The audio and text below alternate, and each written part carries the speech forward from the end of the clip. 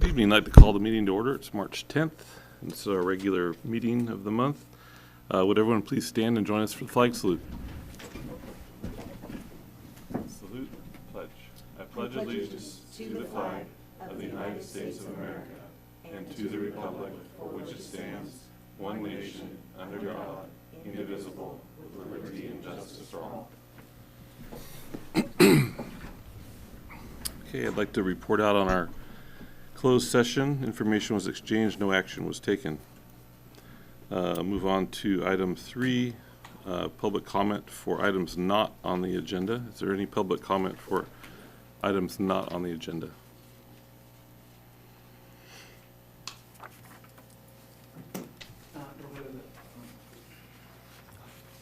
Rogelio Delgado, Carpinteria resident.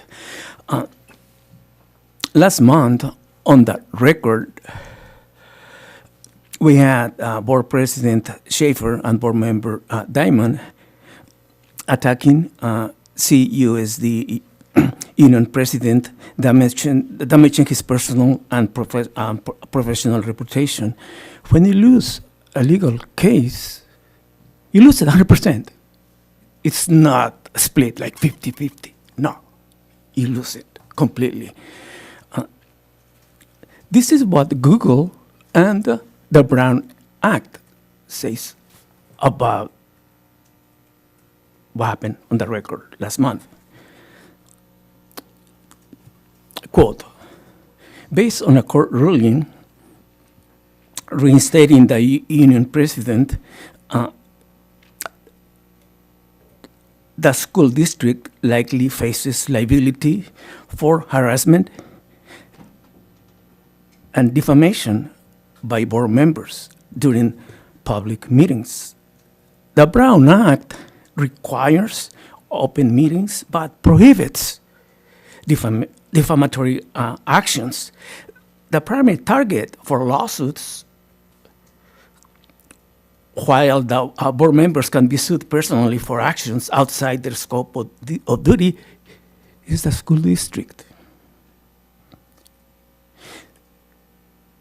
The union president, this is what the Brown Act says, may have a strong case for defamation, harassment, and violations of labor laws, especially given the 2025 court ruling, Santa Barbara Superior Court. The Brown Act requires public meetings to be open and transparent, but it does not protect board members from defamation, harassment, labor laws, negating labor laws. So, but last year, the district had the opportunity to keep union president away from the classroom in order to fulfill his role as a full-time union president, but the school district refused. Now, that could lead to a huge legal case based on retaliation, harassment, and defamation, and as well as the violation of labor law based on your public board meeting attacks. Thank you.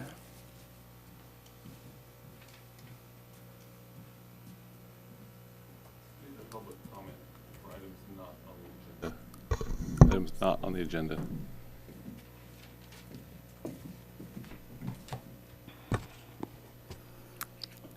Good evening, board members, Superintendent Rigby. Thank you for the opportunity to speak at the February board meeting. I shared a copy of my comments for your consideration earlier today. My intention in speaking again is to help bring attention to the academic needs of students at the middle school and to encourage thoughtful discussion about how we can better support them. I care deeply about our students and our school community and believe there's an opportunity for us to strengthen the learning experiences for all students. In addition, each year I see a decline in students' reading levels, writing abilities, listening and speaking skills, and their readiness to engage in higher levels of thinking. Over the past 10 years, there have been significant systemic changes in the district that directly impact student learning. Intervention classes that once supported struggling students before, during, or after the school day have been removed, and there are no instructional aids in general education classrooms for ELD1 students or many students with special education needs. As a result, classroom teachers are 100% responsible for differentiating instruction and ensuring the learning for students across a wide range of needs, including ELD, SPED, general education, and GATE students. This we all do with all of our instruction with enthusiasm and care. However, teachers are held fully responsible for D's and F with the pressure to raise grades. This results in grades that do not accurately reflect a student's true level of mastery of the standards. When making school-wide decisions, teachers are asked to share their perspectives and concerns. However, the reality is that this process functions as a top-down directive rather than a collaborative one, which results in a directive from the administration that states what teachers will do, places blame and shame on them. I'm not speaking tonight to place blame, but to advocate for our students. Do you believe our current systems truly support academic growth, critical thinking, and intellectual rigor? Or are the expectations unintentionally being lowered with district systemic and structural gaps? I believe teachers and students need additional academic support, consistent school-wide practices, district-wide prioritized learning. If you or any of you would be open to a conversation, I would truly welcome the chance to connect and discuss ideas for how to improve on how we meet students' academic needs.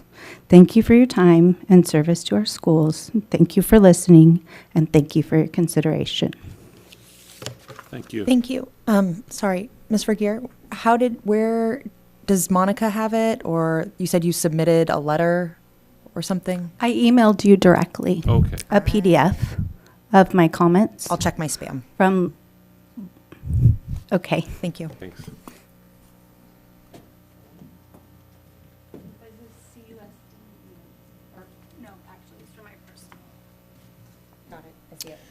Thank you. On February 25th, Superior Court Judge Anderley issued his tentative order on a special education lawsuit, case number 25 Charlie Victor 04752, which cites CUSD's unlawful efforts to remove 3 SPED students entitled to services under the Individuals with Disabilities Act.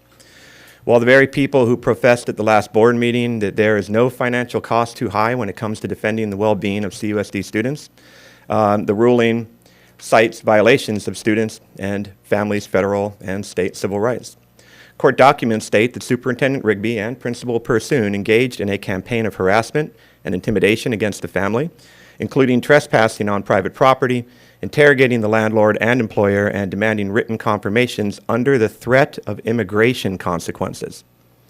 Once caught, the school board actually defended Ms. Rigby and Ms. Pursoon and acted to cover up their behavior by entering into a settlement agreement totaling $125,000. But then, thinking the family had relocated, CUSD unlawfully refused to pay their settlement obligations, and Judge Anderley's ruling will reverse that wrong. The union also provides a brief update on Governor Newsom's state budget proposal, which is almost 9% higher than the current year, for a total of $348.9 billion. It includes revenue estimates that are higher than anticipated and avoids a massive deficit previously expected by the legislature and legislative analyst projections. For ECTK 12 education, the proposal continues funding for major programs, $2.8 billion for TK schools. The statutory COLA is estimated at 2.41% for the 26-27 school year, including $228 million for programs outside of LCFF. Another $2.8 billion one-time funds for TK through 12 student support and professional development. As estimated by CISC, this provides about $521 per California student. The budget proposal continues funding free meals for all TK through 12 students, $100 million one-time funds for the college and career pathways for high school dual enrollment and dual credit options. And for childcare programs, $7.5 billion in support is proposed. The government also included a major proposal to restructure the state's education governance and oversight.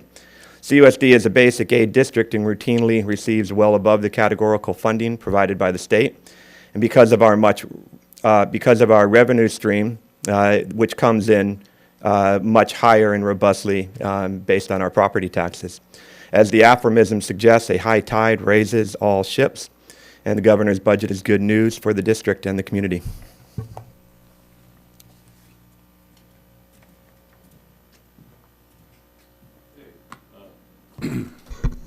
We'll move on to the approval of the agenda and consent agenda. Can I get a motion there?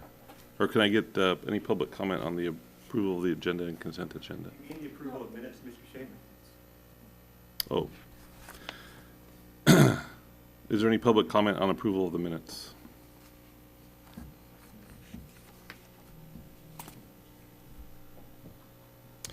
Thank you. Let the record show the meeting video contains Ms. Diamond's incorrect comments regarding special education employees. For the last 2 years, CUSD has violated Ed Code by failing to invest the required dollars in all those working directly with students, over $3.5 million short in 23-24 and over $25 million short in 24-25 as per our own audit. Let the record show a community member misspoke, although STAR math and reading scores have alas begun to climb at grades 3, 4, and 5 after changes were made to elementary principals. Congratulations, principals. CMS scores did not improve. In fact, after moving Principal Pursoon to the middle school, test scores have continued to decline. Let the record show that Ms. Diamond and Mr. Schaefer continued their effort to malign personally my classroom performance while attempting to distract us from the millions of taxpayer dollars squandered on unlawful attacks against elected employee leadership. As Schaefer and Diamond professed they'd do it again to protect kids and keep me out of the classroom, they did not share this. CUSD's officials placed me back in the classroom when they had the opportunity to do otherwise. On April 9th, 2025, after several courts directed the district to reverse its unlawful dismissal, union leadership offered another option. In this very letter, we officially proposed that I remain out of the classroom to focus full-time on union duties. The release time would be funded by the union, not the district.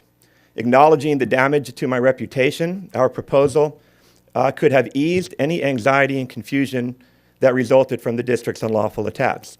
But when given the opportunity to stand by your salacious accusations and theatrical promises to protect students, these very district officials rejected that opportunity. They have never been worried about my behavior as a teacher, but they are furious with my advocacy as an elected union leader. And they know that unless I'm back in the classroom, CUSD would have no disciplinary authority to again make an example of the union president, a ruse designed to silence the voices of district employees and onlookers, all funded by millions and millions of taxpayer dollars. There's an election in November. It is time to throw a few of you hypocrites out the door.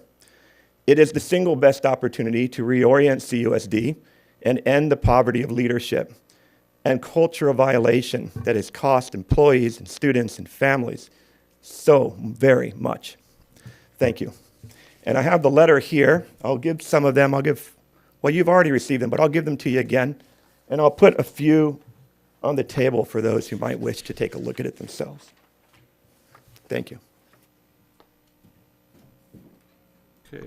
Can I get a motion to approve the minutes of our last meeting? I'll move to approve the minutes, last meeting. Second. Any discussion? All in favor? Aye. Okay, move on to the approval of the agenda and consent agenda. Any public comment on the agenda and consent agenda?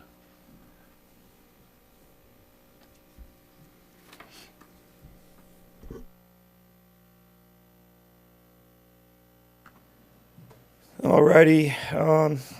Elected union leadership asked the board to support all of the following items contained in this evening's consent agenda, especially the field trip request for FFA students to attend state leadership convention and both field trip requests for CHS ADVID students to visit college campuses.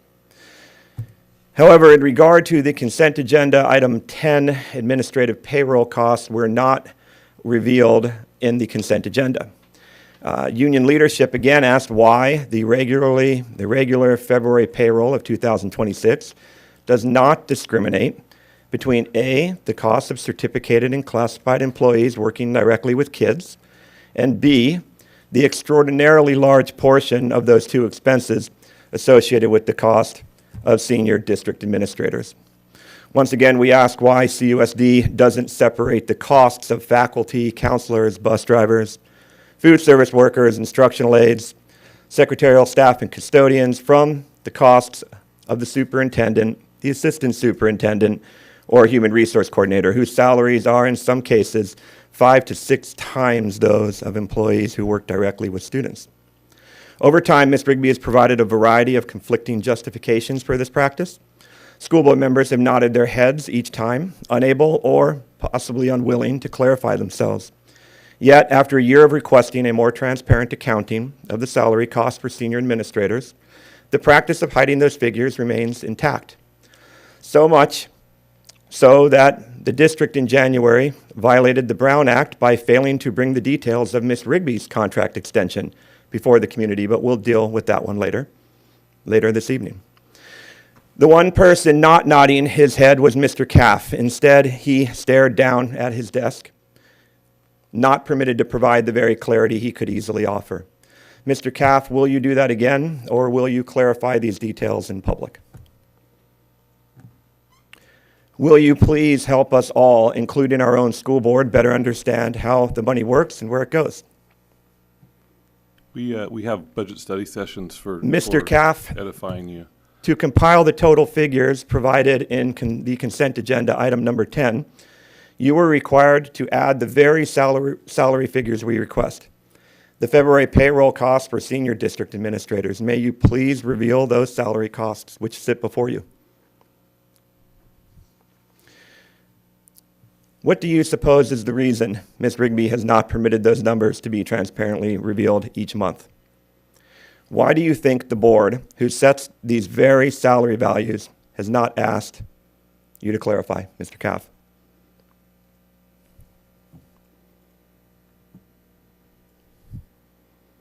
Would any of the board members like to respond? Thank you. Any other public comment on the approval of the agenda and consent agenda? All right, can I get a motion to approve the agenda and consent agenda? I'll move to approve. I'll second. All right, any discussion? Roll call. Jamie, Aye. Andy, Aye. Aaron, Aye. and I'm aye. Okay, thank you. We'll move on to E, public interest reports and presentations. Any public comment?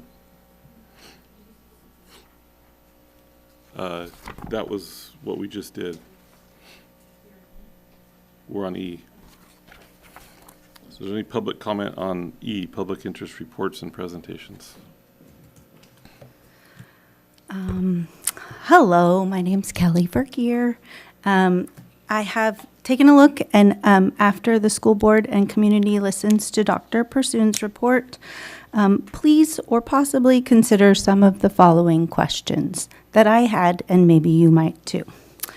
The PowerPoint that will be provided or presentation, why doesn't it clarify that different teachers have different student populations?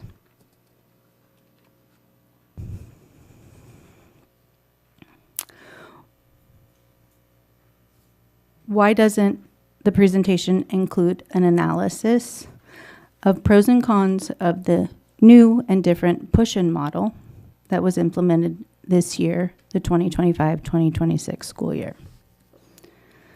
Why doesn't the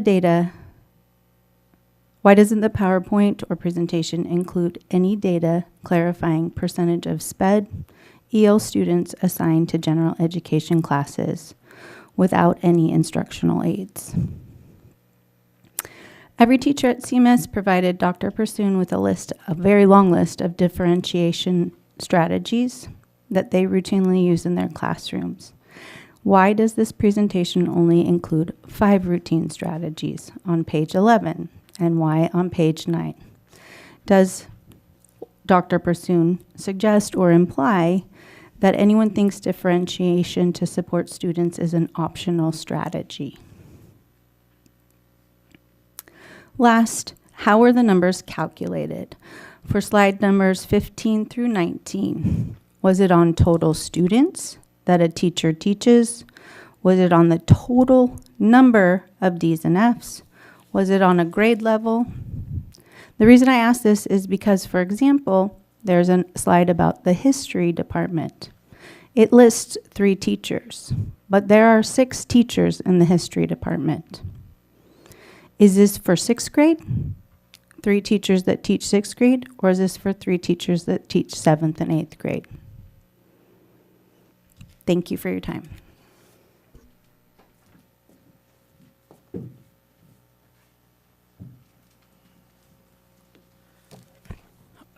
Rogelio Delgado, Carpinteria, and resident.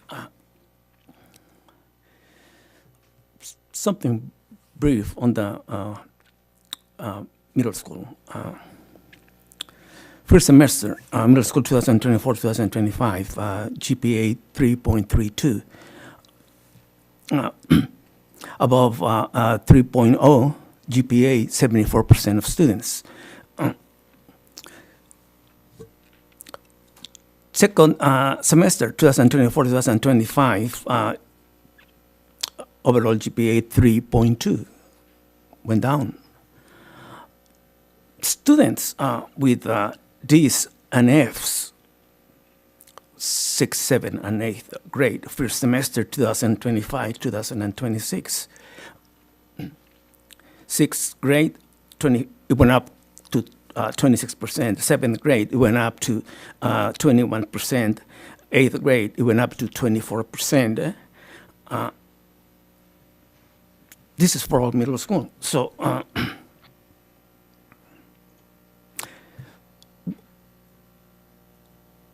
wonder about the reasons for this decline. First of all, it's not 6th, 7th, and 8th grade. I taught middle school, so I know what's going on, and I'm always interested on student achievements on science, reading, history, especially with our most vulnerable students, Hispanics, special ed. So that's why I'm interested in finding out the reasons.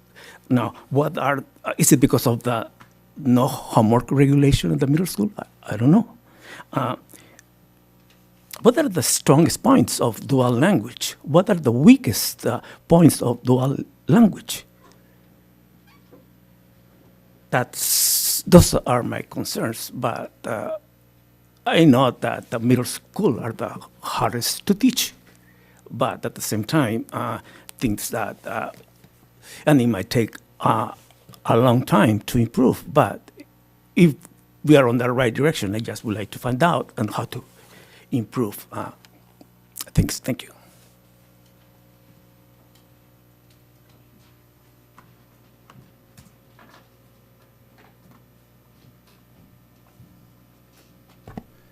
All right, union leadership is compelled to devote its limited public comment time to agenda item E3, Ms. Pursoon's presentation on Carpinteria Middle School.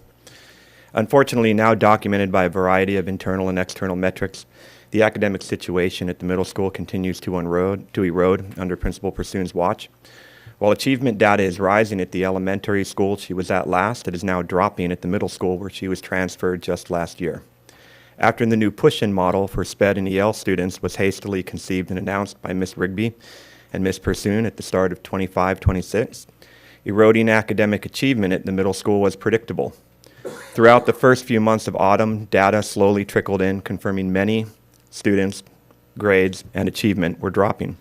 Faculty shared concerns and recommendations with Principal Pursoon to include ideas targeting our most at-risk and low-performing students, such as increased Tier 2 and Tier 3 interventions, the placement of instructional aids in gen ed classrooms, modifications to student course scheduling, and more. Unfortunately, Principal Pursoon not only refused to implement the vast majority of constructive suggestions from those working directly with struggling students, she even refused to discuss them with teacher leaders. In December, Ms. Pursoon went so far as to thoroughly mischaracterize teachers' attempts to advocate for their students when at minute 2:15:14 at the December school board meeting, rather than accurately share teachers' well-informed concerns and suggestions, Ms. Pursoon mischaracterized those intentions, claiming that, quote, they were uninformed staff who just don't understand. She even attempted to shame teachers into silence by suggesting teachers, quote, do not want ELs or students with IEPs in their classrooms. A truly ridiculous conclusion that couldn't be farther from the truth and potentially drives wedges between teachers and the very families we serve. This evening, after months of her dismissive and contemptuous response, Ms. Pursoon mischaracterizes the role and intentions of teachers again, and in slides 15 through 19, she shifts blame for declining student enrollment on those brave enough to clarify student needs by refusing to inflate grades. You may note the arbitrary nature of Ms. Pursoon's analysis this evening. You may note the absence of collaboration with CMS faculty and support staff. Ms. Pursoon neither shared her presentation with CMS staff, nor has she included any of their outstanding questions or concerns in the presentation. You may also note that not a single faculty member or staff member has joined Ms. Pursoon to demonstrate their support for her analysis and presentation. This presentation begs many questions. You heard several of them this evening. Thank you, Ms. Vergeer. Will any of the board members ask those same questions? Or will you allow Ms. Pursoon to spin her web in public again? Thank you. Okay, we will move on to student representative report. And Lacey, welcome. Carpinteria High School is now in full swing with our spring sports season, and all of our schedules are available on our Parent Square and school website. On March 16th, all fifth grade students will be visiting our campus for a special robotics, engineering, and musical theater experience. During their visit, students will explore robotics, drones, engineering, and science. And they will have the opportunity to interact with high school student mentors during lunch. Our FFA is beginning their animal projects, which will result in their participation at the Ventura County Fair. This commitment requires dedication and responsibility as those students learn firsthand the importance of caring for their animals. On March 13th, all senior students will travel to SBCC for the annual Vanquero Day. During this visit, students will have the opportunity to enroll in their fall classes and meet with their SBCC academic counselors as they prepare for their next step in educational journey. Thank you. Thanks, Lacey. Okay, we'll move on to Diana's report. Thank you, and congratulations, Lacey. Citrus Coast League champions in soccer. Thank you. Wow. Yeah, first time, right? Yeah. First time. Yes. Yeah, congratulations. That's great. Okay, so I'd like to begin with appreciation. And this month, I'd like to recognize our district's leadership team.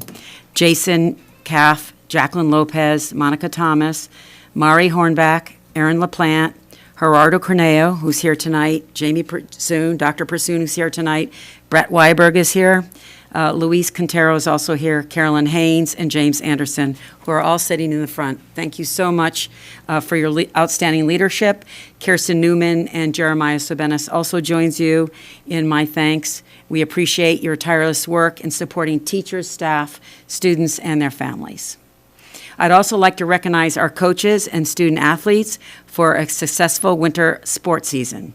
Girls soccer, first time Citrus Coast League champions, and you made it to the second round of playoffs. Congratulations. Girls water polo, Citrus Coast League champions and lost in the first round. Girls basketball finished third in the league and lost in the second round, and boys soccer finished third in the league and lost in their first round. We also have congratulations for Carpinteria High School. The College Board announced that CHS has been named to the 2025 Advanced Placement School Honor Roll, earning silver distinction for student success in the AP program while broadening participation.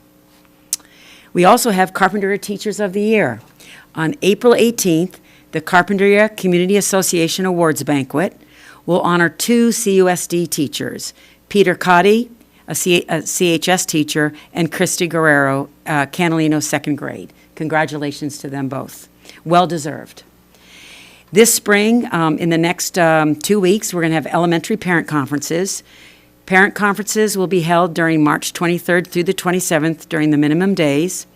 Working with our families to support student learning is a professional expectation and standard for all of our teachers. Effective teachers develop strong partnerships with families to ensure opportunity for parents to learn more about their students' progress.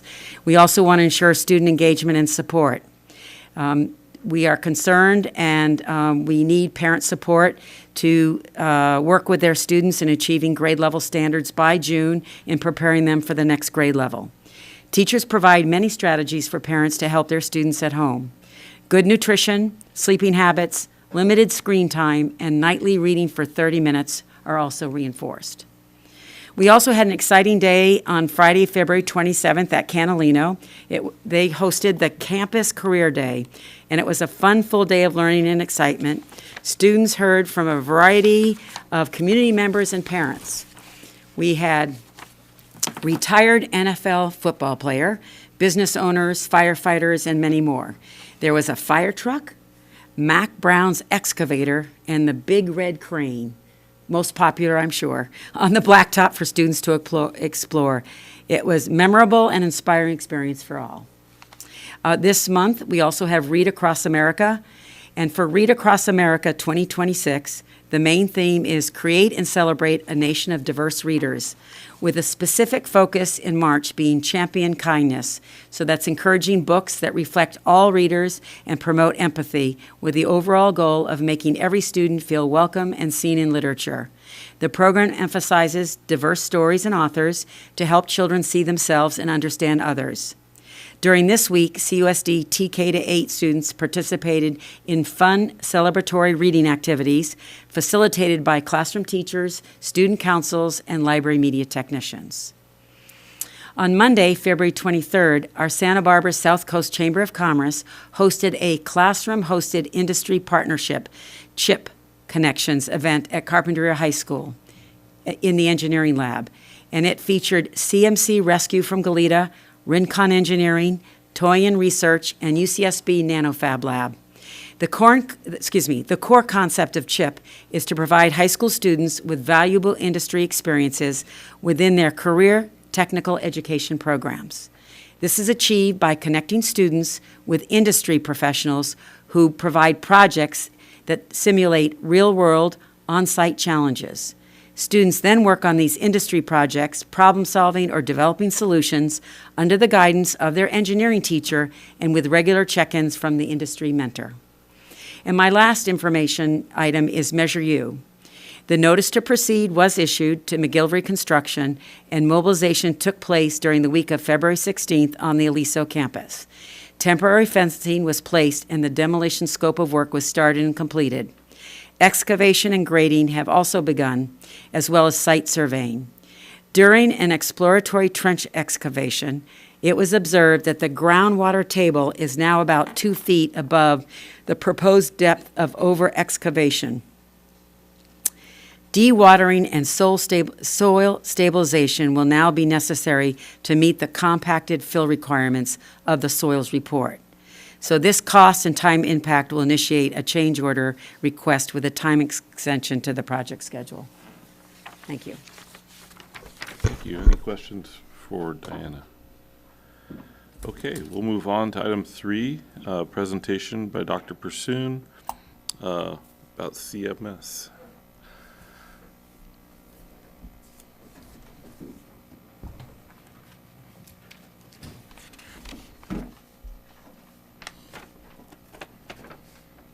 Good evening, board members and Superintendent Rigby. Mr. Anderson and I are here tonight to speak with the board, the superintendent, and the Carpinteria community about the progress and priorities at the Carpinteria Middle School. We began our roles in August 2024, and for me, this work builds on 24 years serving students and families at Catalino and Carpinteria Family School, where I taught grades 1 through 5 and was fortunate to grow as an educator alongside outstanding colleagues and mentors. In our first year at CMS, much of our focus was on addressing long-standing behavior challenges. Through consistent expectations, strong relationships, and expanded student opportunities including tutoring, clubs, arts programs, and field trips supported by the community partners. We saw a significant improvement by the second semester. This year, student behavior has improved dramatically, allowing us to shift our primary focus to academics, while continuing to strengthen athletics, activities, and school engagement. As we move through the 2025-2026 school year, we are laser focused on instructional quality, student achievement, and addressing disparities across departments through targeted professional learning and PLC support. We are proud to report that administrators, staff, and teachers at CMS genuinely enjoy their work and are deeply committed to our students, because educating young people is both a responsibility and privilege. Good afternoon. You have to write it. In sixth grade, the percentage of D grades increased from 10% in 2024-25 to 17% in 25-26, representing a 7 percentage point rise. In seventh grade, D grades increased from 10% to 16% during the same period, a 6-point increase. Our current 8th grade cohort recorded 17% D grades in 2024 through 2025, and we are particularly concerned that 6th graders in 2025 through 2026 are now showing a combined 26% rate of Ds and Fs. As we proceed through the presentation, we will identify the specific areas contributing to these lower grades and outline where targeted support is needed. For staff meetings this year, it is important to explain to the staff meetings, which are once a month on Wednesdays. At the beginning of 2025-2026, administrators published the school-wide goals. Prioritize excellent instruction and achievement related to standards. Focused reading and writing for all students.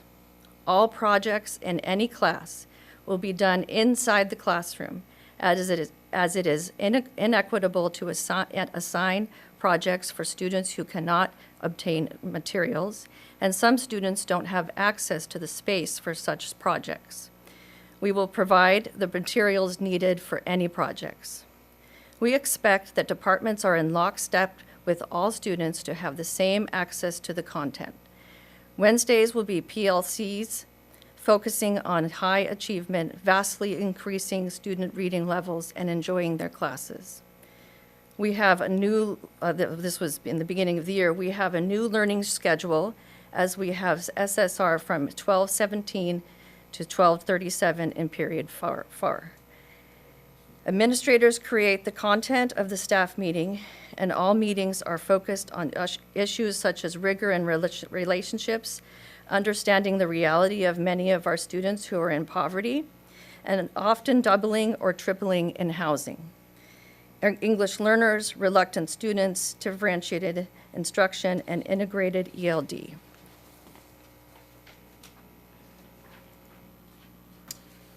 Some interventions that we have to support our students are tutoring. So students who need to increase their reading levels are in a 0 period from 7:45 in the morning to 8:30 a.m. on Tuesdays, Wednesdays, and Thursdays.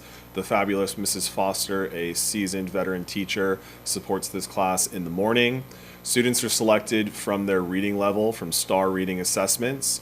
We have tutoring for all students after school from 3 to 4 on Mondays, Tuesdays, and Thursdays with CMS teachers. This is free to all students, and students can get help in tutoring for ELA, DLI Spanish, math, science, history, and special education.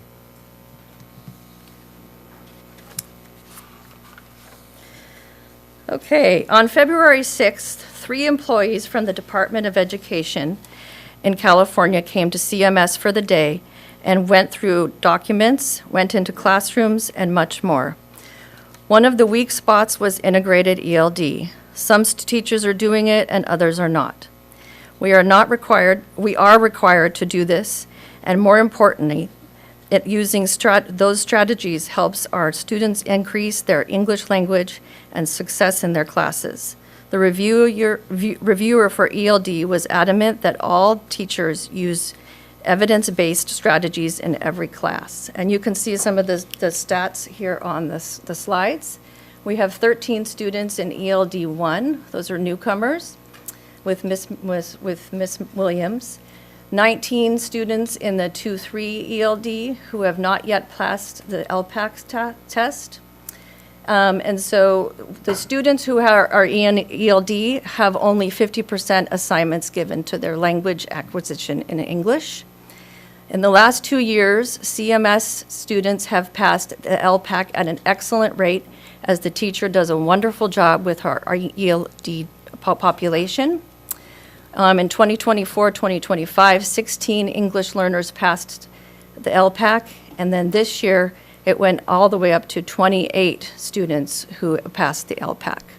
ELD students also have general education classes, which include ELA, history, science, math, Spanish history, and Spanish language non-DLI. All right, so we have some expectations from the federal program monitoring. Integrated ELD provides specially designated academic instruction to help English learners develop English proficiency as quickly and effectively as possible while meeting state priorities. Districts must also ensure that middle and high school English learners have full access to the standard instructional program, including enrollment in core academic courses such as English language arts, mathematics, science, and history, social studies. Individuals with Disabilities Education Act is a seminal tenet in both the state Department of Education as well as the federal Department of Education. Students with IEPs have a legal right under federal and California law to be educated in general education classrooms to the maximum extent appropriate alongside their peers without disabilities.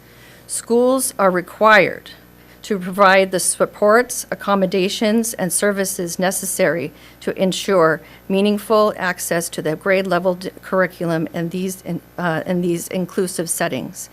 Placement outside of the general education can occur only when the IEP team determines that the education in the general classroom, even with supplementary aids and services, and cannot be satisfactorily achieved. And I just want to let you know that we have some teachers that are saying they do not want their student in their class when they have an IEP. So that's really concerning. California teachers earning a multiple subject or single subject credential complete required coursework on serving students with disabilities, including IEP basics, legal responsibilities, accommodations, universal design for learning, and inclusive practices. The preparation is mandated by the California Commission on Teacher Credentialing, which requires teacher preparation programs to include training on educating students with disabilities. The California Department of Education identifies differentiated instruction as an essential to advancing equity and closing achievement gaps by recognizing and responding to students' diverse strengths and needs. High-quality schools are expected to be differentiating services and more resources so all students can access learning and thrive. As a result, differentiation is considered a professional responsibility tied to equity, not an optional instructional approach. The California Department of Education provides clear guidance that instruction for English learners will integrate language development with academic content. Teachers are expected to use the California ELD standards alongside grade-level academic standards across subjects and throughout the school day.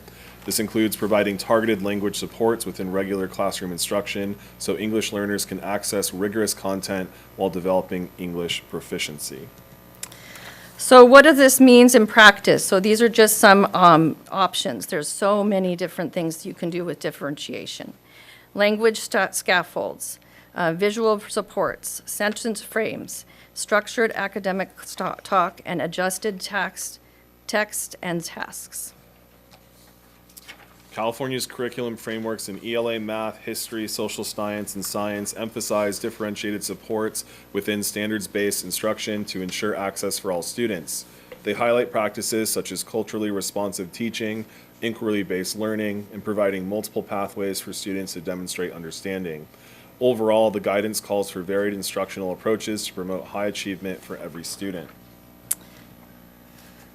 Across its guidance documents, the department promotes student-centered instruction that responds to differences in readiness, language proficiency, cultural background, disability needs, and students' interests. Differentiation is expected to remain standards aligned so all students can access grade level learning within inclusive general education settings whenever possible. This approach is equity driven with the goal of closing opportunity gaps and ensuring success for every student. Following the federal program monitoring visit to CMS, the reviewers suggested the classroom look-fors for walkthroughs. Many teachers are already using the strategies for classroom climate and relationships, English learner supports in general classrooms, and student engagement. Both administrators have been teachers and are very well versed in instructional strategies, and most importantly, rapport and support with students. So we did a deep dive on the grades, Ds and Fs, and this is when the first semester. So math department Ds and Fs was with no Ds and Fs in teachers A, teachers B, less than 1% teachers C, and then teachers D has 8% of Ds and Fs. The math team expertly run by Jennifer Foster, a longtime teacher with excellent results with her students. Where things get kind of concerning is with kind of ELA classes. English language arts and Spanish arts combine both languages in their PLCs on Wednesdays, and there's a concern about the range of percentages of Ds and Fs in this department, as the range is less than 1% up to 23% of Ds and Fs for one teacher. We will be working with the ELA and Spanish language arts department to calibrate their grading systems, academic expectations, and ensuring excellent rapport and relationships, positive interaction, and praising students with 5 positive reinforcement comments to 1 corrected measure. Students learn when they feel comfortable with their teacher. So the history department doesn't have ancient civilizations because we're doing this by teacher, and so we don't have the ancient civilizations. This is the rest of them, global studies and American studies. Teacher A has less than 1% of Ds and Fs, and then teachers B and C have 8% of Ds and Fs. Teacher A was instructing DLI students in Spanish, global studies, and American history. The science department leads the way with differentiated packets for students with 504 plans, students with IEPs, and working with English learners. The science teachers are very collaborative in their PLC meetings on Wednesdays, and I've even had the pleasure of sitting in on labs where they use a lot of students' cultural knowledge in the labs. They were doing some smell tests, and it was really, really fun for them to name, like sommeliers, what they were smelling. It was really cool. So, not surprising, no Ds and Fs in electives and physical education. On November 7th, 2024, CMS held a staff meeting that included a voluntary Google Forms survey regarding grading practices, in which a majority of respondents indicated that the lowest passing grade for promotion should be a D. It is important to clarify that neither CMS administrators participated in the survey and that the results do not reflect administrative expectations. Our administrative team and counseling staff maintain high academic standards for all students, consistent with the expectations at Carpinteria High School, which also requires a grade of D or higher for graduation. We want to be clear that CMS leadership holds rigorous expectations for both teaching and learning every day. While some staff have expressed concern that the survey suggests lower expectations, this perception is inaccurate. Administrators and counselors remain firmly committed to academic excellence, continuous improvement, and ensuring that all students are prepared for high school success and beyond. Okay, so the analysis with all of that data, out of 23 teachers, one teacher had 23% of Ds and Fs, and another teacher had 14% of the Ds and the Fs out of 23 teachers. Administrators are concerned about the teachers who have excessive Ds and Fs. Teachers have PLCs 3 times a month on early release Wednesdays. Given some departments have vastly different numbers with Ds and Fs, there is a concern that the curriculum, academic instruction, and differentiated instruction is not being implemented or calibrated for a handful of teachers. And we are not here to say that teachers are not supporting ELD and special education students. During our audit from the state, the auditor did not witness teachers differentiating instruction in ELD. The purpose of this presentation is to reiterate the importance and requirement for teachers to support the English language development of their students. All teachers are trained in credentialing programs to support ELD and special education students in their classrooms. The push-in model for special education students is implemented in surrounding districts, and I saw the benefits of this inclusion when I taught in the Bay Area in 2016.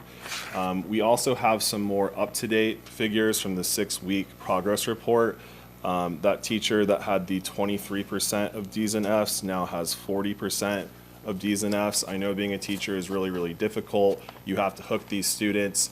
As a 6th and 7th grade social studies teacher myself, I always made it a mission of mine to make history relevant, to let students know that it's cyclical, that it repeats itself, to make it interesting.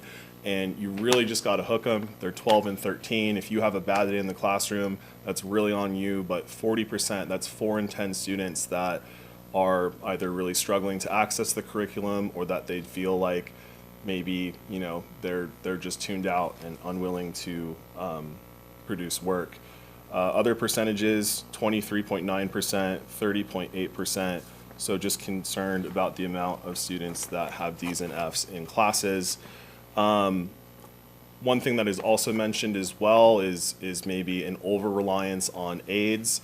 Aides are not credentialed teachers. Perhaps in the past, maybe they would just have ELD students and special education students work with the aide while the teacher just worked with the rest of the class, and it's just really not equitable.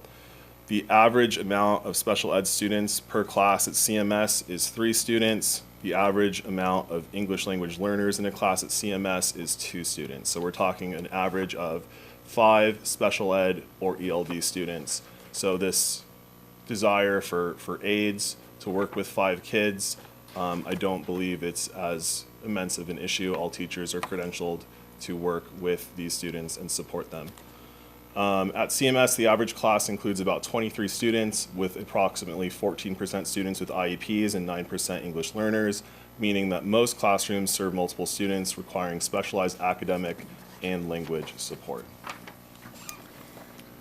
Okay, so expectations for teachers and staff. Differentiated instruction is required by the school, the district, and the CDE. Teachers will provide instruction using the California ELD standards alongside academic content standards throughout the day. Rapport and relationships. This is a huge deal. Students must believe that their teachers care about them before they care about what the teachers teach them. That's John Hattie. Another John Hattie. Rigor without relationships leads to resistance. Relationships without rigor leads to low achievement. Effective teaching requires both.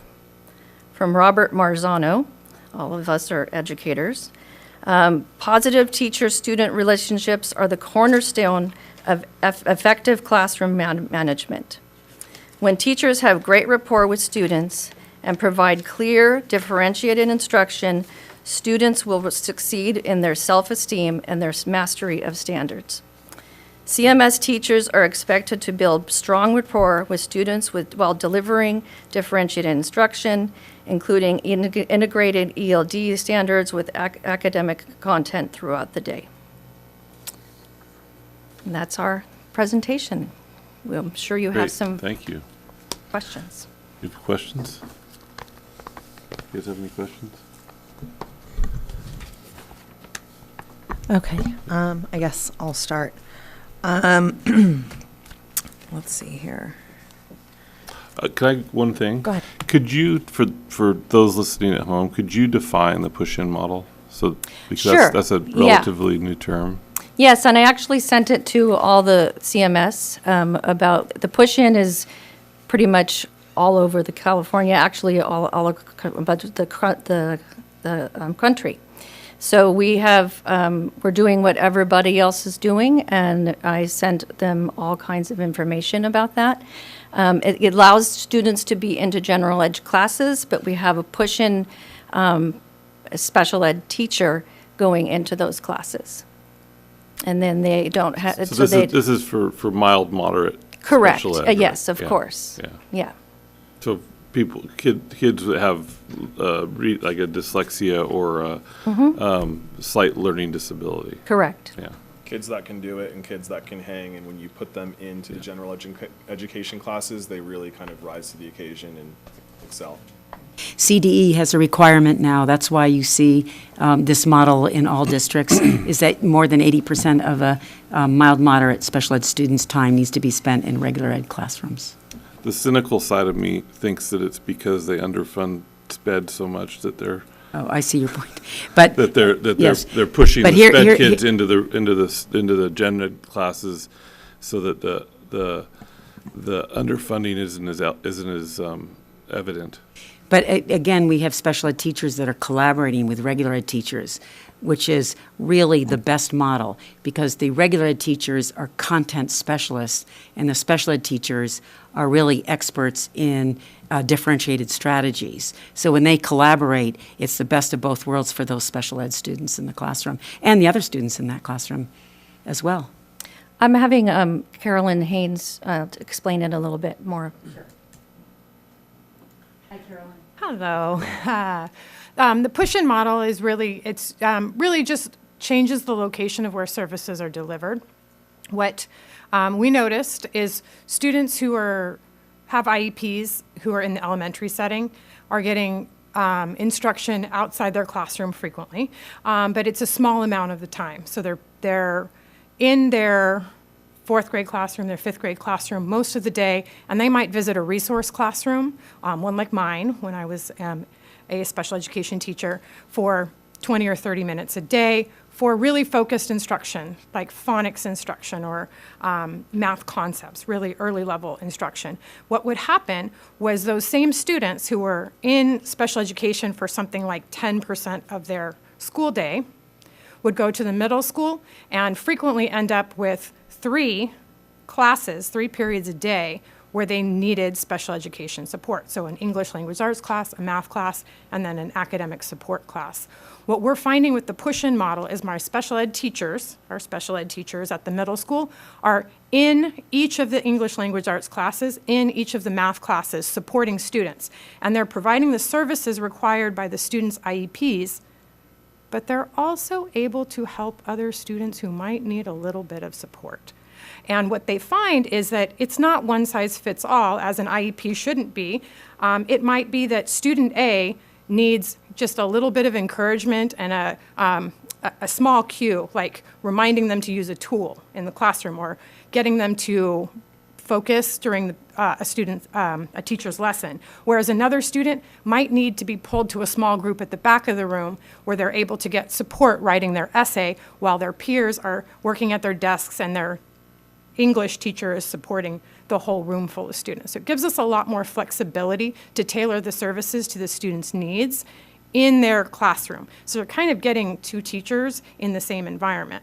What was happening prior to that is the special ed teacher was teaching language arts. So they're trying to teach to the students' goals to meet our legal obligation and teach the content standards at the same time, which they were doing. It's better to have that content expert and that special ed teacher working collaboratively in that environment. Thank you. That's great. Very good explanation. Thank you, Carolyn. Sorry, I'm a little confused then. So we have special ed aides coming into the classrooms to help facilitate? No, we do not. It's our actual special education. They have a credential, Special ed teachers. special ed teachers. So they're pushing in there. That teacher coming into the classroom Correct. to help facilitate Yes, in addition to the regular teacher that's there. correct. But we're also hearing tonight that that is also not the case. That teachers are asking to differentiate So they these need to students differentiate without instruction. help, yeah. They need My- to differentiate instruction for English language learners that are learning Yeah, English. so slightly different. And also support students with IEPs. So our special ed Teachers aren't going into the science class or the social studies class. So the expectation is that the strategies that the students are learning, they're applying in those classes, but that the social studies and the content teachers are also differentiating for the special ed students in that classroom. Okay. Yeah. So there's no defined, like, you know, they say we have to provide differentiated instruction, but there's no set model. It can be whatever the classroom teacher decides is appropriate, or are we prescribing a specific model for So, that? for example, you could do what you're in a history class, and there's students who are like levels that they are at, and so we have to work with them in small groups. They have a lot of differentiated instruction strategies that you can use, and so that is what the CDE is telling us to do. The district is saying that, and the state. So we have to make sure that we get to each student to where they are now and then move them up. So it's really related to reading levels. So if you're in a 7th grade social studies class, you can have, and you have 25 students, you could have 5 students that read on a 3rd grade level. You could have, 10 students that read 4 and 5 or 5 and 6, and then you might have 3 that read on a 10th grade level. But your content is going to be at a 5, 6 level. So for the students who are reading at a 2nd or 3rd grade level, you need the same content, but you need a different reading level to start with so that they can learn the content. At the same time, those students are learning to build their reading skills through the early morning reading that you are going to, the tutoring with Miss Foster. And then after school, you can go to social studies or science tutoring to get additional help. And those same students have the special ed teacher in the English class. And math classes. Yes. So are these the populations of these, A, B, C, D classes, teachers, are the populations similar? Like the number of So they're not on there students with because they're going into multiple classrooms. No. I what I'm saying is so we broke out, towards the back here where we're essentially, calling out teachers, which I don't necessarily like, but, just take for instance math, the D's and F's in math. We got teacher A, B, C, D, right? So does teacher A have the same number of IEPs and the same number of ELs as teacher B, C, and D, or are they all different? And also, are those students with the IEPs and the ELs, are they the lion's share of these D's and F's? So that I think those are important things to break out. Yeah, so I mean, obviously, some teachers have a different mix, but on average, there are 3 special education students in a class, and there are 2 English language learners in a class. Okay. So I guess what I would say is that they're the same students that are in the science classes. And the history. So you look at the science. But are those students the ones with all the D's and F's? No, it's English language arts. Well, I mean, we have They're D's, similar we have students. D's and F's in math, and we have Yeah. D's and F's in science, and we have D's and F's in English.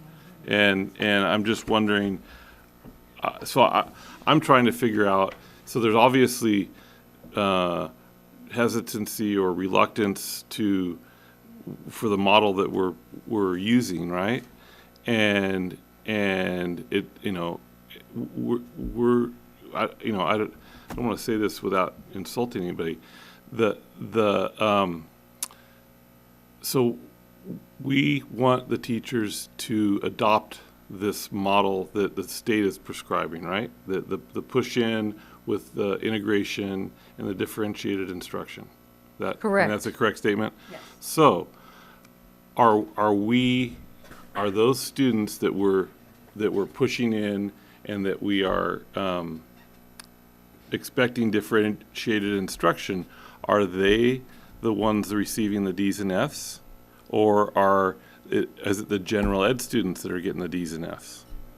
We didn't break that out, but. I think it's important. That's an important concept, because if it's, I mean, if you don't have the data, you don't have the data. But I think it's important we know that, so that then we can help the instructor, help the teacher with that information, so that they can adapt their teaching style to to accommodating those different abilities, rather than saying you need to improve your D's and F's, but identify which students are the ones that are falling behind, so that we can help the teacher help the student. So it's not usually about the special educated students, because they have 50% of their missing assignments. They have 50% that they have to do. So they are not, really tanking. We have a lot of reluctant students. We call them reluctant students that just don't do anything. They don't do their missing assignments. They are not interested in instruction. So we have to really have our instruction being very exciting and fun, and what students can. Well, yeah, no, I get that. I mean, I guess I didn't mean to take your time here, but you'll get to go after me now.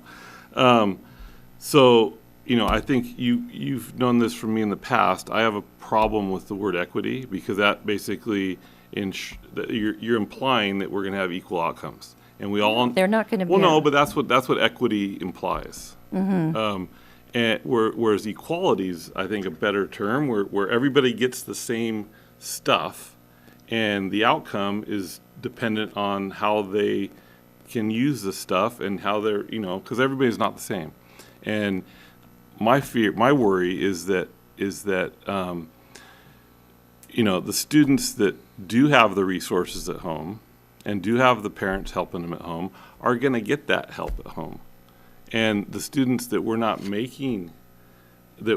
requiring that extra work from, they're not going to get it. They're not going to get it at home. So there's going to be this differential always. And so if we're not pushing them, and it sounds like we're not pushing them under the guise of equity. And I think, I understand I know what we're trying to get, what we're after. We don't want them to,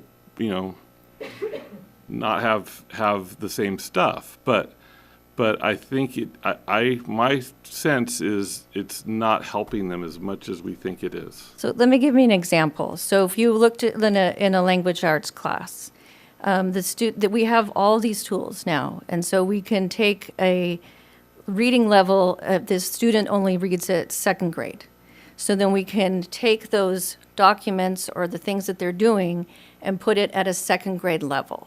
So that's for special ed, for ELs, or students who are just struggling. So there's all kinds of tools that we can do those things to differentiate with students. Does that make sense? No, I understand that. I think it's more. I know we've had the back and forth with staff about homework and about computers at home and all this stuff, and my worry is that the kids who, don't have that stuff at home aren't going to get the stuff at home. But the kids, that have support at home, whose parents have a computer at home, they're going to do that extra work potentially. Their parents are going to push them, and so we're essentially. I'm just this is completely off the top of my head, but it's just my gut instinct. We're essentially handicapping those students that we are trying to help by not forcing them, or I shouldn't say force, by not requiring them to do a little extra, to get caught up. Because I know we want to have the instruction in the classroom be strong and rigorous and everything. We should, but we're not. In reality, we're not there.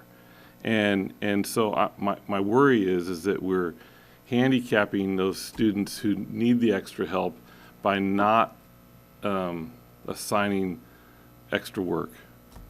But we are. I think maybe We have tutoring after school 3 days a week, and we have reading at But are zero those period. students getting D's and F's? Those students I don't know without the, I mean, it I- sound- No, if they come to, it's not required because it's after school. But we have a number of students that come to tutoring to get their grades up and get help if they need to have more help. And it's all people, like not just English learners or special ed kids. It's all kinds of students that come into those classes. And we have a number of those, and that's all funded by La Centra Summerlin. You know, I appreciate that. I'm just trying to kind of get my mind around this trend, you know, this trend that none of us likes, Agreed. and then some of the feedback we're getting from staff, and then where we are. So I you know,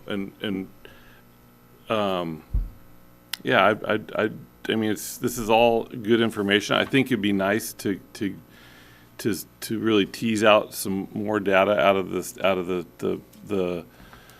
out of these classes to see what students are, you know, if you're saying it's not the IEPs and it's not the ELs that are the you know, causing the increase in Ds and Fs, No, it's not just. it's not that. those students. I think maybe if I can answer your question, so like when you just look at these percentages, like 40% of students in a class with Ds and Fs, 24%, 31%, 27%, that's a large portion of students that are not being engaged, that are not being reached out to. I know for a fact that we have students that are work avoidant, or they come from a background where education isn't important, there is no expectation to go to college. It is very easy, and I understand it's a very difficult job and it's a frustrating job, to just be like, oh, well, that kid does nothing and he doesn't care, when you actively need to work with them every single day to get them on board, to hold their hand, to model for them. And if this was my class and 4 out of 10 were failing, I would view that as like, that is me failing basically half of my class to engage them. So I hear your camp and your concern of like, the kids need, you know, a kick in the pants and they need extra work to get caught up. We need to meet them where they are and then build them up. True, but so I think, you know, you just said something about, you know, not getting the college, you know, push and all that. And I think you're getting that across the board now. We need to, I mean, there's college kids who are seriously doubting.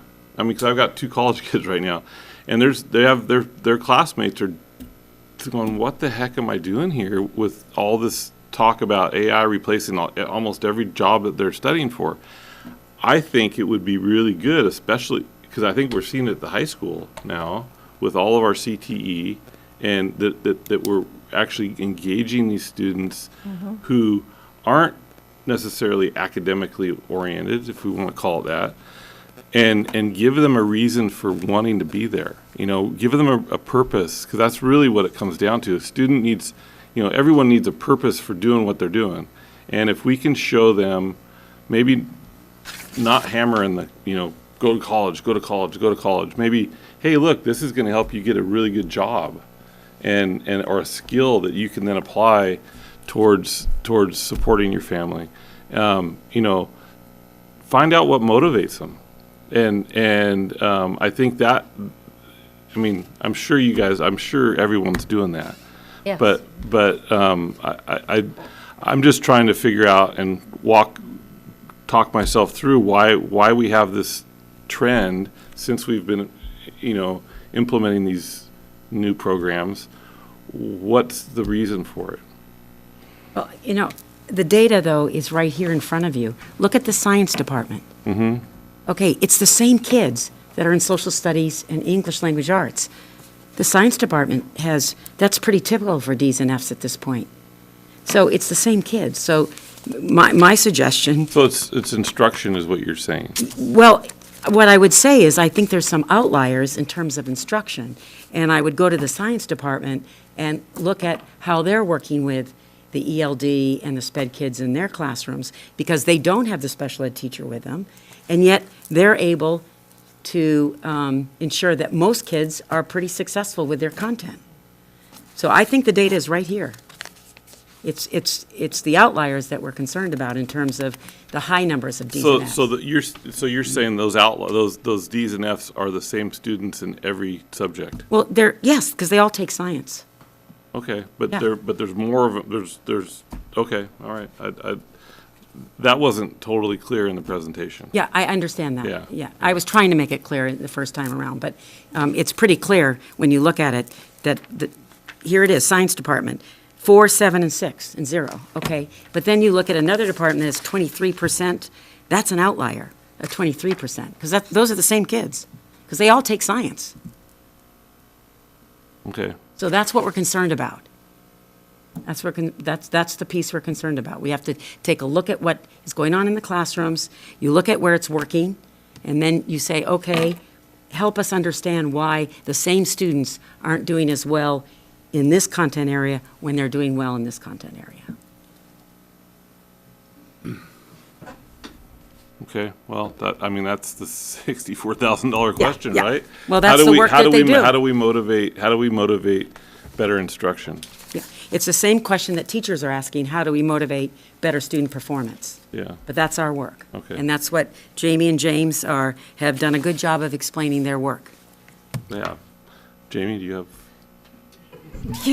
Now another Jamie has questions. Thank you. That touched a number of things that I had notes on to bring up and ask about. I'm going to kind of start backwards from where we just were and then work towards some other things. But I just want to point out, I feel like, well, first of all, I'm just going to say I don't feel it was appropriate to call out the teachers individually like that. In my work, when we're looking and analyzing different fisheries, when there are less than a certain amount of participants in a fishery, there's a aspect of confidentiality, and so under a certain amount, it's all as one. And I think we have so few teachers that we're talking about. I don't believe that this was the move to line item them out like that. It makes me very uncomfortable. So I just need to make that clear. So back to science, I believe there's a natural engagement that comes in science, as opposed to, not that English language arts cannot be engaging, but it's tangible. Science is tangible. It's exciting. It's tactile.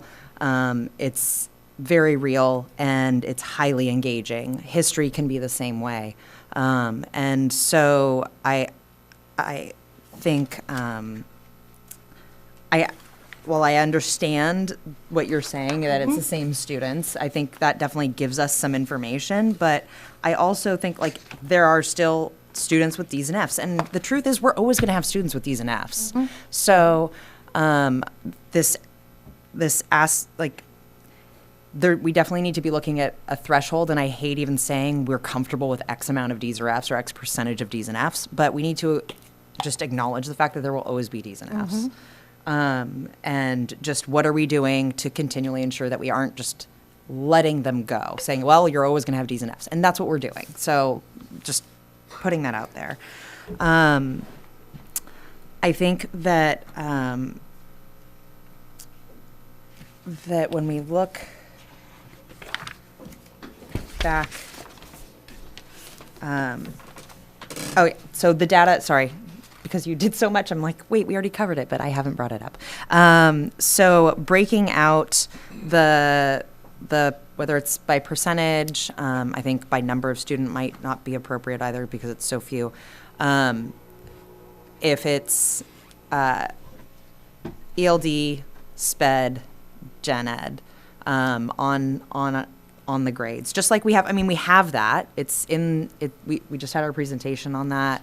And so we have that data, well, no, that's more on a broader, that's just ELA and math, but I believe we should be able to have that. And that will help just at least from our side to see it, so we can, even if it is mostly Gen Ed kids, we can see that. As a kid who was a DNF kid, for a number of reasons, but I wasn't engaged. I didn't feel a connection to the curriculum. I also had an undiagnosed learning disability. that went on through high school. And I had teachers that just missed it and wrote it off as the kid just doesn't care, they're not engaged, they'd rather be socializing, all the things. So I'm not saying that we need to test all these kids, but point being, I was struggling and it was missed. And I know I'm not the only one even today, even though there's a lot more systems in place than there ever were when I was that age. So there's that. I would like to, let's see here, clarifying the different. Andy brought up the difference. Andy was talking about having students complete all their work. And James, you said, well, having kids do extra work. That's not what Andy was saying, having them do extra work to catch up, having them do the work that was assigned, not extra work. And I believe, because we have tutoring before and after school, it is optional. And so those students like myself who aren't going to be engaged, they're not going to go. And so it needs to be during the school day. We need to be pulling those students and getting them into small groups, separate, whether it's separate or smaller groups in the classroom. We need to be doing something during school hours for those kids, because they're not going to go to those after-school programs, unfortunately, I think is the reality. I also want to just acknowledge the fact that, our school system, public school systems in California, and I'll just speak to this, we're not built for the world that we're in today. The way they're designed, we have pivoted and pivoted and pivoted how we teach, the different people groups we teach, the way we teach, and it's all legislatively mandated, most of it. And I just want to acknowledge that teachers, administrators are being put in a position to do things that this system was never designed to do. And so figuring that out, especially now with a lot of change that seems to be coming, the push-in model, which I just don't like the name, but also with this potential change that's going to be coming through the state of the Department of Education going under the governor and what that looks like and the potential more politicization of our education is concerning. And so all to say that I think I don't believe that teachers aren't trying to do the best that they can with what they have. I believe that there's a lot of things that could be changed. We just can't do it all, ultimately. So what we can do to raise teachers up and lift them up instead of calling them out, I think would be to a better benefit. And the rest was thoroughly covered, I guess, by everybody else. So thank you. Thanks, Jamie. You guys have any comments, questions? I just have one clarifying question. So you mentioned that the SPED, in at least in the English and math, they only have to do 50% of their assignments. Correct. Is that for all of their classes or just those two subjects? I think it's all. Okay.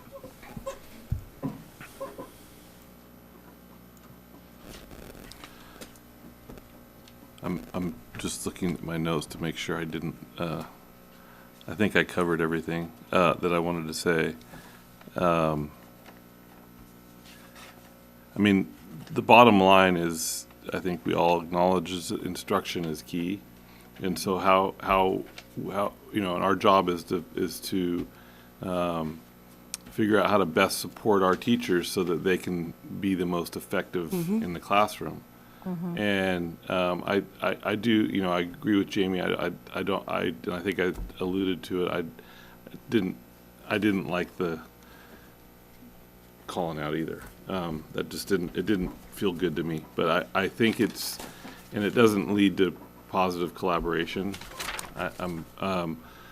But that being said, I think that we need to figure out a way to get the teachers who are, say, underperforming and give them the extra tools and assistance so that they can continue to improve in their instruction. That's the work that we do. Okay. And we have done that, just to clarify and for the record, we've brought in veteran teachers to mentor. We have teachers on campus that meet with them on a weekly basis. We've been in there and taught lessons before. We've given directives on like, hey, this is how you should, engage with students, and we do try to support all of our teachers. And We're we're, a team, and we want to be a team, and we want to support our students. Okay. It is just difficult and challenging to see so many students, specifically sixth graders, getting D's and F's, because if you're going to start failing them in sixth grade, they're just going to check out. Yeah. That's my fear. well, I think, but we need to, everybody has to be on the same page, and because, it has to be a collaborative effort. And I think it's important that, the department chairs are in agreement with how we're doing this, so that it doesn't feel like a top-down strategy, that we need to, whether or not it's maybe it's not in complete alignment with what the administration wants to do, but otherwise you're going to be at loggerheads, and that doesn't work for anybody. Only people that suffer there are the kids. I think we just need to meet the kids where they're at. You can say, oh, I have really high standards as a teacher, and we're writing an 8-paragraph essay today. Do it. And, the kids can't do that. You need to start somewhere with a But paragraph. there are philosophical differences here. I mean, it's obvious there's philosophical differences in the strategies, right? And I think it's important that, you can't be intransigent and not move at all, not be flexible, but that goes both ways. So I think it's important that we meet somewhere in the middle, so that we aren't constantly beating our heads against the wall and fighting each other, because nobody wins there, right? So, I mean, we have who we have, and we have to work within those parameters. And I think having those maybe not even just having the philosophical discussions and trying to be more flexible on both sides, I think is going to go a long way to understanding the other perspective. So that's my only feedback. So. I'll just say my 2 cents is, changes can be really hard, and you guys are going through it right now. And overwhelmingly, anytime I hear anybody talking about the middle school, it's positive. I mean, I had a parent today out of the blue, hey, I've got my daughter at the middle school now, and it's been great. Mm-hmm. So I know there's some fits and starts and some issues going on, but overwhelmingly, I hear really good things about the work everybody's doing, so. Thank you, Eric. Much Yeah, no, appreciated. I do too. I mean, it is. It's a difficult job. It's a difficult age. It's, we all know that, but I would say I agree with you. I've heard very positive things about the middle school. 10 years ago, you didn't hear as many positive things about the middle school. Interesting thing, and I think I'll leave it at this, that I read or listened, I think I read something a couple days ago, that, the big thinkers in the world now, they say that by 2050, so when, these kids that we have in the middle school are going to be in their 30s, by 2050, the world will be 7 times, like a exponentially different than it was for us back in 1890. So if you think of all the changes that have occurred between 1890 and now, things are going to be 7 times more different than that is for us in 2050. That's how fast the world is changing. And everyone needs to be flexible and adaptive and willing to, it's crazy how fast things are changing, and it's only going to accelerate. So I think we need to, teachers need to be adaptive, administration needs to be adaptive, and so that our students are prepared, because none of us know what's going to be going on in 2050, I don't think. All right. Well, thank you. Thank you, great job, really appreciate it. Thank you both, thank you. Thank you, yeah. Thank you, yeah. Good night. Okay, we will move on now to item 4, and we have a presentation by Michelle Hernandez with the food services.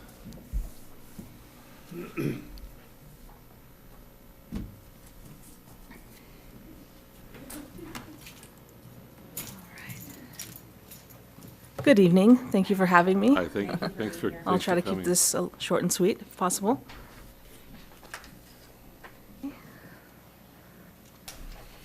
It's the arrows. Yeah. Okay, my name is Michelle Hernandez. I'm the Food Service Director for Carpinteria Unified. I've been with the district for about 6 years now. Thank you for inviting me this evening to share a little bit about what we do behind the scenes in food services.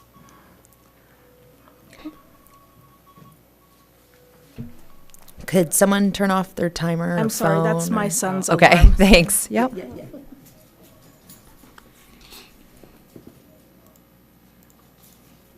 Do you- Oh.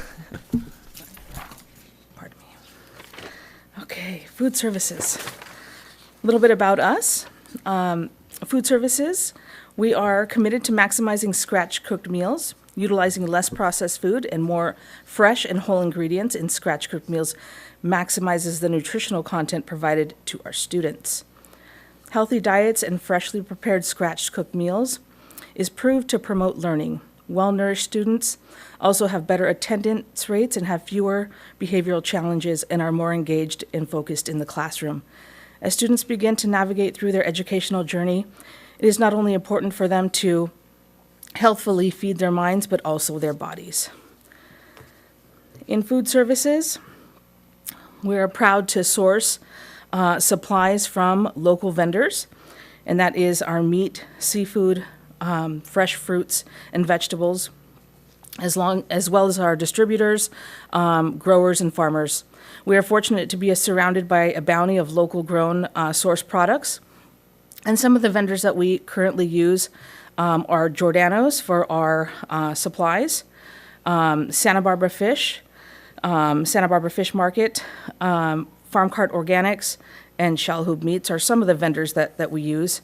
Farm Cart Organics is somebody who we partner with, and we've been partnering with for the past few years, and they bring produce to us from around the Central Coast, from Santa Maria to Lompoc, from Carpinteria, Ventura, Fillmore, and the surrounding areas. When you think about USDA's definition of local, they are talking about the surrounding 200 miles. But for us, or for me in food services, when we think about sourcing and bringing in products that are local, I'm thinking about 30 to 40 miles in the surrounding area. So these are some of the folks that we currently use to bring in our items. Current culinary operations, we have our daily salad or garden bar, which features an array of roasted vegetables, legumes, fruits, roasted meats, composed salads, and vegetables. On our menus, we have a culturally diverse menu, so we will feature menu items that change, a different style of cuisine and different cooking methods from day to day. And some of those dishes are, classic lasagna that we make from scratch, and that's with roasted vegetables. So we bring in vegetables and we slice them down, we roast them, and build our lasagna from scratch from there. Teriyaki chicken, a salmon bowl. We bring in salmon and we fillet that down in-house, and we sear that and we put that over brown rice and vegetables. That's always a crowd pleaser. We do barbecue outdoors, so we do a Santa Maria style barbecue. We've done whole chicken barbecue. We've done tri-tip barbecue. And we've done tri-tip sandwiches. We've done poke bowls, eggplant parmesan, just to name a few. Scratch cooked meals, about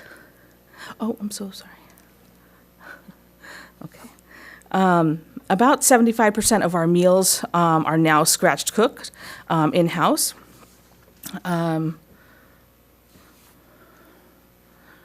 All of our soups, salads, salad dressings, and marinades are made from scratch. This allows us to control and reduce added sodium and sugars.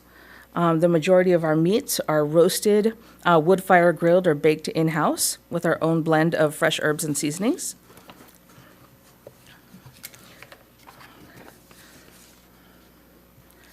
Okay.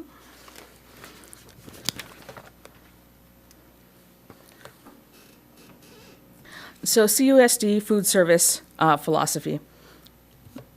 Our foods are protein and nutrient dense. We source local produce. We scratch cook, and we cook with real food to create our menus. This culinary approach provides students with meals made from fresher whole ingredients that support healthy eating habits. Improved nutrition plays an important role in student wellness, helping to support energy levels, focus, and overall physical health throughout the day.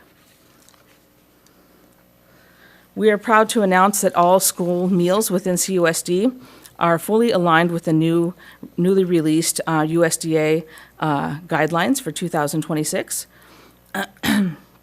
This includes expanded dairy and milk options. So at every campus, we now offer whole milk, reduced fat milk, low-fat milk, and fat-free milk. It's a lot of variety, but we do have students that enjoy the selection.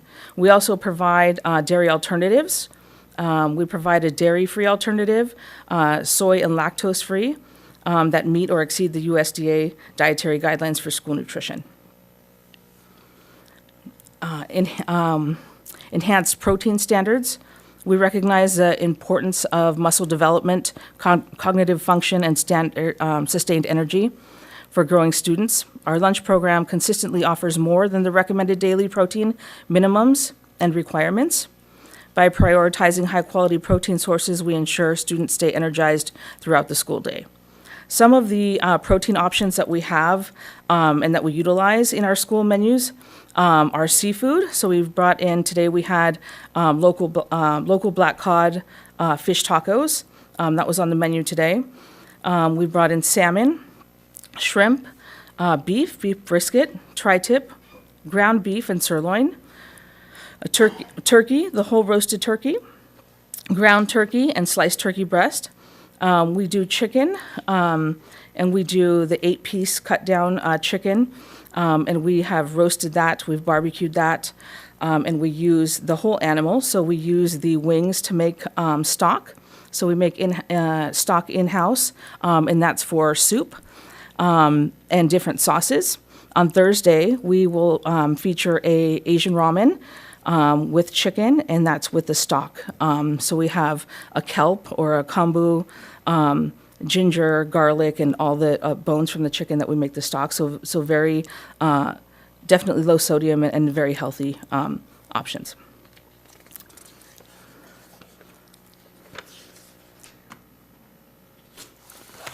Whole grains. We have achieved a significant milestone in our grain offerings. Nearly 100% of all the grains used across our menus are whole grains, or whole grain rich. Whole grain rich meaning 51% whole wheat flour. This includes student favorite staples such as whole wheat pasta and whole wheat pizza crust, brown rice, quinoa, oats, whole grain tortillas, and whole wheat bagels. By integrating these complex carbohydrates into our daily rotations, we provide students the necessary fiber and nutrients in ways that remain delicious and appealing. So on the menu, we have, let's say, for instance, today we have local black cod tacos with Spanish rice. The Spanish rice is always made with whole grain brown rice. Our salmon bowls or poke bowls are always with whole grain brown rice. Our in-house made pizza, we make a dough that is with whole wheat dough. So we make the dough in-house. We have shredded mozzarella, and we make a marinara sauce in-house. So the pizza that's being served at the high school while we demo it out for the past year is all scratch made in-house. Food allergies. We currently serve and provide accommodations for meals for every campus on site, a daily vegetarian option, a dairy-free option, a peanut and nut-free option, and a gluten-free option. So I work with parents that have a student with food allergies, and we work out a menu to their liking, and usually they will read through the menu and select different days that their child wants to eat meals with us, and we send the meal alternative to the school site, and they're able to pick up their dietary restricted meal.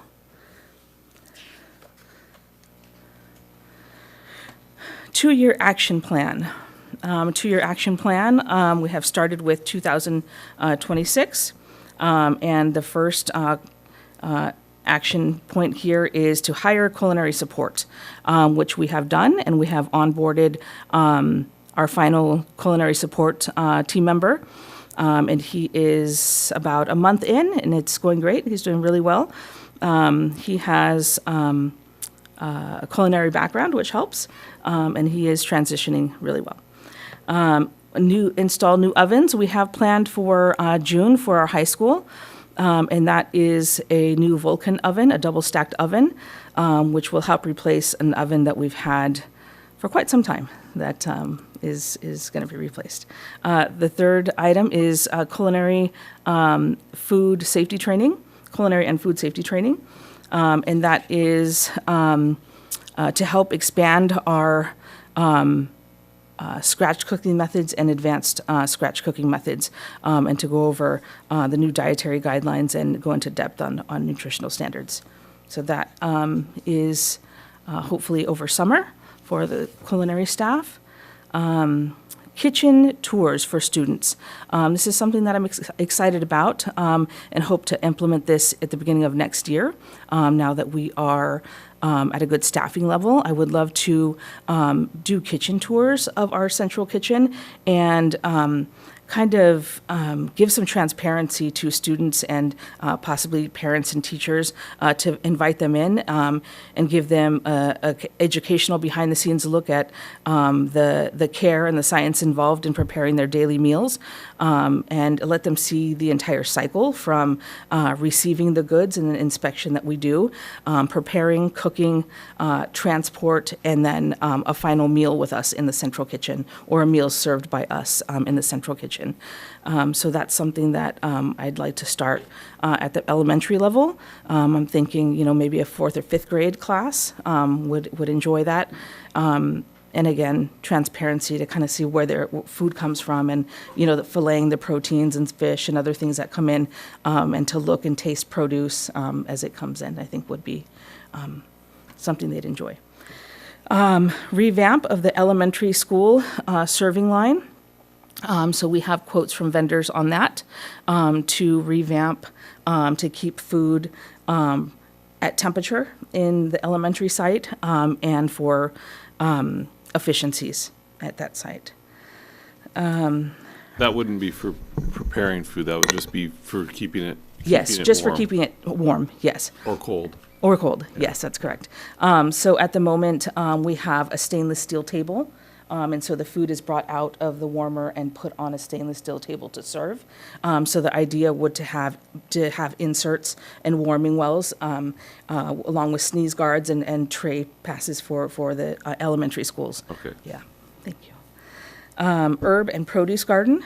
So I would love to collaborate and get more of a farm to school approach for our food service program. I want to start small with herbs and things like that, and hope that we could collaborate with FFA or a program to help expand that program, but that will be next year. Yeah. I think that would be a good opportunity to look for grants. Yes. And then, but also, collaborate with the FFA. We had that I think I was telling you guys. The Orfila Foundation, I believe. Yeah, Orfila funded the rehabilitate, or the actually creation of the farm at the high school, and they took the old farm. It used to be, or it wasn't even a farm; it was basketball courts. Took the basketball courts out and brought in soil, and then they paid for a farmer there for I think 2 or 3 years, And it unfortunately, it didn't. The collaboration wasn't there with the FFA. There was a lot of kind of Yeah. territorialism. But I think if we got the right people involved, I think it would be a really good thing to integrate the students in the curriculum, and then they could really help with it. Yeah, I think that would be great. I'd love to partner in something like that. I know of a few grants that we could apply for once, someone comes into that position. I'd love to collaborate on something like that. Next slide is food service budget. And I think Jason's going to talk a little bit about that. If you have any questions, I can chime in as well. All right. Thank you very much, Michelle. So on this slide here, we have a 3-year comparison of the food service budget.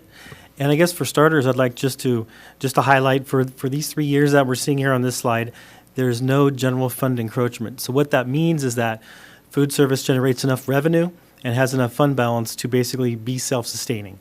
Unfortunately, there are other programs that are not self-sustaining, and the general fund has to contribute to those programs to keep them running. But fortunately, that is not the case for food services. So I think I'll just kind of go over the 3 columns we have just here relatively quickly. So the first column is the unaudited actuals of 23-24. And in that year, the total revenue was approximately $1.9 million. The total expenses were about $1.5. And so for 23-24, food services saw a surplus of about $452,000. And of course, that was added to the beginning fund balance. So in 23-24, their fund balance ended up at about $1.2 million. Now, if we move over one column to 24-25, there we're seeing the total revenue at about $1.7 million, so a decrease of about $200,000. And if we go down for operating expenditures, we're seeing the operating expenditures in 24-25 come in at about $1.7 million. And so we're seeing a slight decrease in the fund balance, of about $32,000. So the question we're probably asking ourselves is, between 23 and 24, what's causing that revenue decrease? And I would say the main factor that's causing that is declining enrollment. With food services, it's paid on a reimbursement basis. So the fewer students we have, the fewer students go through food services, and which results in fewer reimbursements to food services. So I think we're seeing that in 24-25, and that's the reason, at least the main reason, that we're seeing that decrease between those 2 years. If we do a similar comparison of expenditures between 23-24 and 24-25, we're kind of seeing the opposite effect. As you may recall, in 24-25, there was a salary increase, so that's in here as well. And food services, like I'm sure we've all seen, we've seen increased costs in everything, including food that we have to buy and prep for food services. So as a result, we're seeing an increase in the food services costs. And so basically, netting those two out for 24-25, we had a slight decrease in the fund balance for food services. In 25-26, which is the far right-hand column, we're predicting similar revenues and similar expenses, but once again, we're also projecting a slight decrease in the fund balance for food services. But currently, the beginning balance of food services is about $1.2 million. So if this comes to pass and there's a $30,000 decrease, in terms of the $1.2 million, it's not going to be fairly significant for food services. Jason, the increase in supplies was over $100,000 between 23-24 and 24-25. Was that attributed to anything in particular, or was it a general 30% increase in? I think it's probably two things. I think one is that it's attributable to just general cost increases. But secondly, one thing that I was going to touch on as well is at the very bottom on the left-hand side, you'll see the NCR excess funds. So believe it or not, the state of California, just for food services, has a requirement that says you cannot allow your food services ending fund balance to grow beyond a certain dollar amount. And in fact, they limit it to basically about 6 months of your operating expenditures.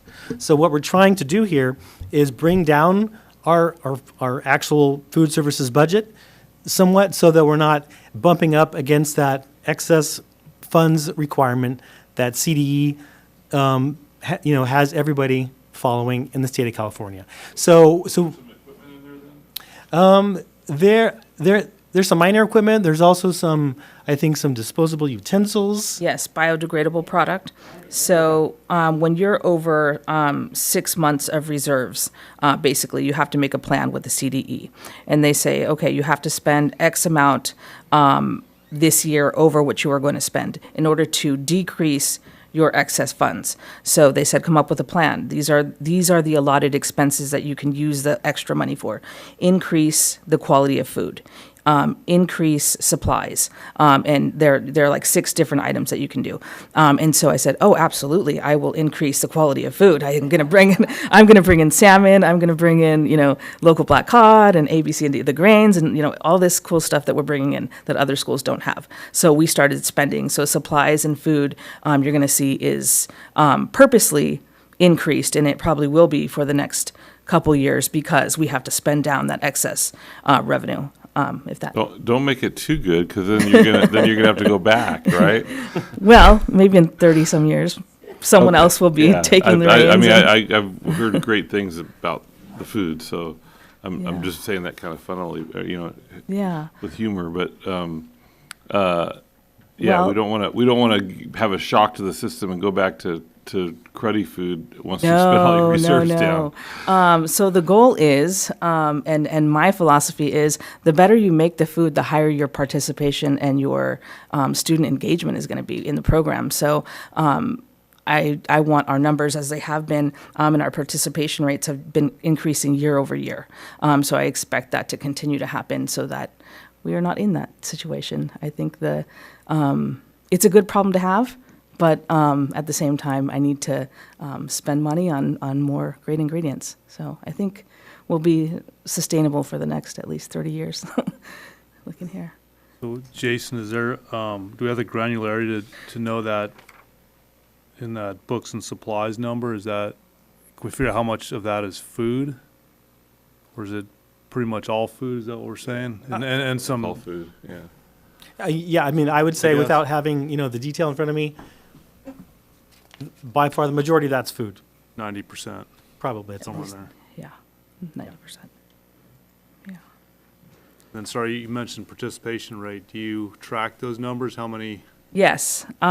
feed each So when I day? did this presentation, coming out of COVID the first time, I think we were at about 56% participation, and that was coming out of COVID. And then we've increased to 64% to 65.5%, and we are currently at 72%. Wow. Congratulations. Thank you. Yeah. That's very high for Yeah, a that's school Yes, food. it is. Yeah. Yes, it is. Yeah. Yeah, so. And then how do you track that number? It's just s- served per, Yes, per eligible student per day. So we have a system that tracks it per day by how many meals that we distribute and how many kids are on campus that day. And then we track it by month. I track it by day, by month, and then by year. Yeah. Do you find that, so, I mean, you're making, I mean, these are being made ahead of time, clearly, and it's not like the old days where we'd put in orders and things like that as much. So are you noticing, like, your waste, meals not served? So- and how are you adjusting? I have a really good forecasted system that we've been using for the past 6 years. And so we have a couple schools that give us a number by attendance in the elementary schools. But at the middle school and high school, just monitoring and actually being live in it and every day, talking with the staff every single day after service. What did you have? What are your numbers? Tracking those and analyzing that on a daily basis. But when it comes to overage, I wouldn't say I would say our average overage is anywhere between 5 meals to 10 meals, which is Remarkable. pretty close. Those meals go to the after-school program. I was going to ask what. None of it is wasted, yeah. That was my follow-up. Thank you. When we have holiday, when we go out on holiday, we coordinate with the girls' club or with Carp Children's Project and places like that that will take our extra produce, our extra milk. We donate all of those items so that we have minimal waste. We think about waste when it comes to vegetable scrap, when it comes to chicken bones, like I said, the wings. What are we going to do with that? How do we utilize it? Let's make a stock out of it. Okay, so on Friday, we're making a marinara. What do we have? What can we use? So everything is rolled over and we have minimal waste. And so those are the control points that actually help our food cost and help us sustain our program, is to really watch all of that waste, look at all of our inventories and everything we're bringing in, production levels and productivity, watching all of those things and just making sure that our program is sustainable. Yeah. And that is not easy when you're actually cooking and not just box cutter can opening. Yes. So it is. that's Do we evaluate what gets thrown away? Like when they, say the kids fill up their tray with whatever, and what they like and what they don't like by what is getting put in the trash? We do, yes. So we evaluate that. I heavily lean on the instructional assistants that are at each site. So talking to them, because they're actually there at the table firsthand. They're either sweeping or helping kids peel an orange, or just watching what they do. So talking with them at every site, at Canalino, at Aliso, at every school. What do they like? What are they eating? How did they like it today? So all of that, and just really, that's we call a dog on the menu in culinary terms, and so that one's not going to work. So okay, so maybe we won't menu that. How can we incorporate? So just really being on site and being active and a participant in what's happening on campus, and that's what I do, and just get feedback from the staff and the people that are at each site every day, and asking them, did you taste it? Did you taste it? Did they like it? And making sure that my staff is tasting everything, because we don't want to serve anything that we wouldn't eat, something that we wouldn't enjoy having for lunch. So, yeah, there's a lot. That's great. Yeah, thank you. So the herb garden is vegetable area, that's just bare land right now? It's just kind of waiting? Well, at the high school, it's Yeah. they've got animals out there, the steer out on part of it. Oh, okay. And then there were some chickens out there. There's plans to put a new greenhouse in, I think. I think Mr. Cornejo actually got a greenhouse, and we just need to assemble it. But it's the kit is there, and that would be in addition to the current greenhouse that they use for ornamental horticulture. Yeah, so it would Just finding the right individuals, right staff. Yeah, we just have to find, I think Jim Pettit had a plan to put it together. We just need to, I think, coordinate all that. But it would be a good addition. Right. With the right program. Yeah. Love that. Okay. Any more questions on this slide here? I'm open to answering anything. Okay. Here we go. Okay, grant funding. We've had a few grants over the past few years. Some have been exhausted, and the remaining grants are our kit fund grant, our supply chain assistance grant, and a new grant, a micro grant that came in from Friends of the Earth. So our KIT infrastructure and training grant, we have about $191,000 remaining, and our upcoming purchases to spend that down are the ovens.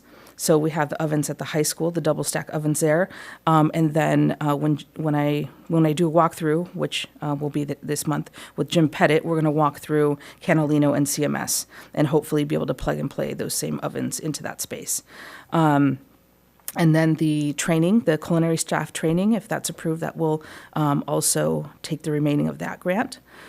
Supply chain assistance has been with us for the past few years, and which was distributed over COVID. So we have about $55,000 remaining in that grant as well.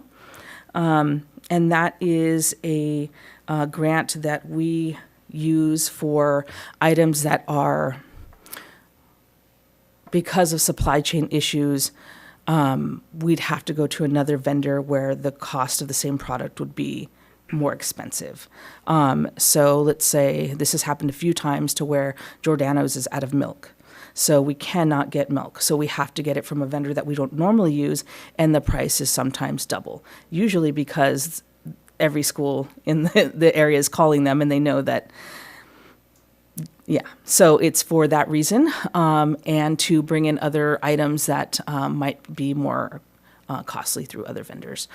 So that one is a grant that it trickles down slowly and is there when we need it, which is great. There's no deadline on expending that grant, so that's there. And then we have our Friends of the Earth grant that just came in. And that is for sourcing specialty products and diet, plant-based items and dietary accommodation items, and local fruits and vegetables. So I love securing that one because it helps with my purchasing of local fruits and vegetables and using small vendors. So, yes. Okay.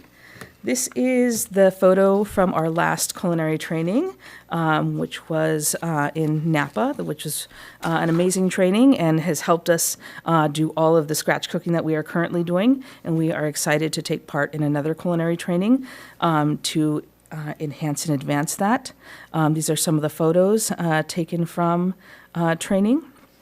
And this here is our new walk-in cooler that was paid for, that was approved to revamp our dry storage area, and has helped us tremendously. So we didn't have but a quarter of that space to store fruits, vegetables, meats, and everything else that we had to store for scratch cooking.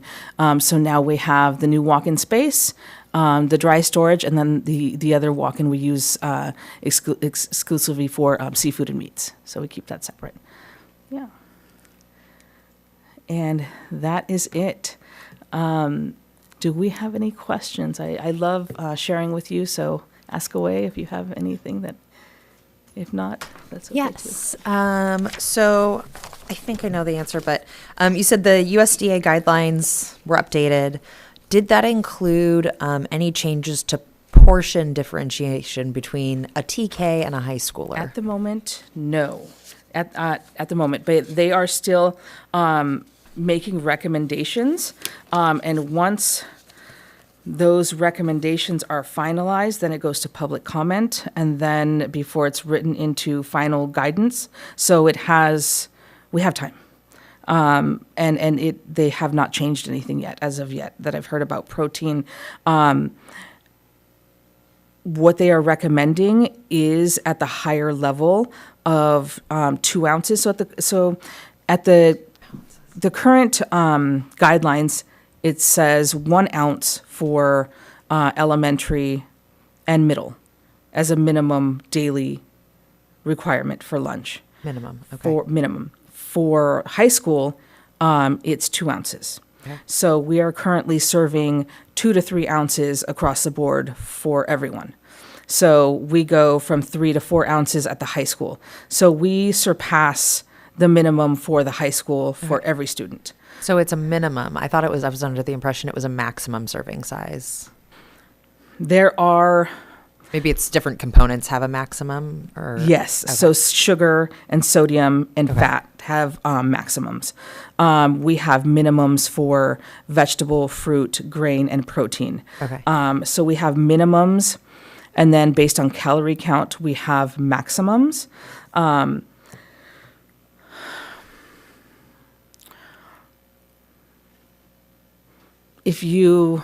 my opinion, if you look at some proteins, a 1 ounce portion of protein is a very small amount, in my opinion. So I've gone through audit, and during audit, they don't look at the maximum protein. They don't look at, they just want to make sure you're meeting the minimum. So by me serving a 2 to 3 ounce piece of salmon to elementary, it's not, I'm meeting the minimum. So they don't really look at the maximum or like the quantity that you're serving unless it's something that is high sodium or high fat, so the proteins that we are serving they already meet the minimum, and they're well above the minimum for protein. And then the amount of calories, Mm-hmm. is that so that would be slightly differentiated? maybe? Yes. Okay. Mhm. Yeah. And does But- that seem appropriate? Yes, because the calories that we are serving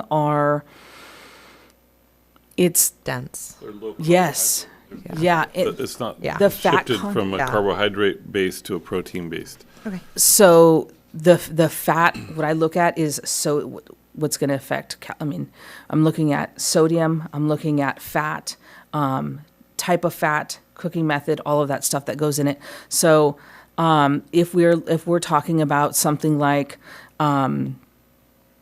a pasta, maybe a pasta that has cheese or that has, something else with a lot, where the calorie count is going to be higher than the type. I try to match it with the type of protein that we're bringing in as well, so that it matches it and brings the calorie count.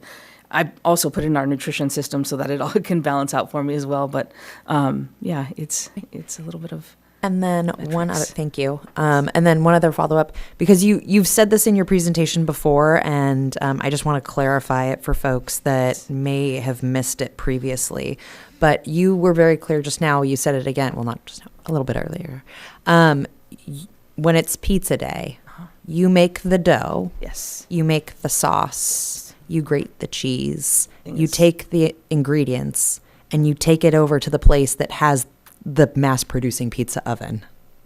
Is that how it works? Because what's the nexus with Little Caesars? Okay, so we are in the process of making our own dough. So making our own from scratch pizza, as you described, at the high school. Okay. So we have tried to implement it a couple times at the middle school for staffing levels and our oven capacity. Yeah. We're not there yet. Yeah. So so we're scaling it back. So at the moment we have that at the high school. So the plan is to get ovens and the proper equipment at the other schools so we can pass it on to the other schools. But right now it's a project that we are doing at the high school, at the central kitchen for the students at the high school. Okay. Yes. Little Caesars is a whole wheat crust, and it does meet the guidelines for protein and whole grain. I would just, for quality purposes, I would like to do it in-house. Agreed. Yeah. Okay. Thank you. Yes. Yes. All right. Very good. Thank you. All right. Thanks a lot, Thank Michelle. you. Really Thank you appreciate very it. much. Great presentation. Thank you. Yeah.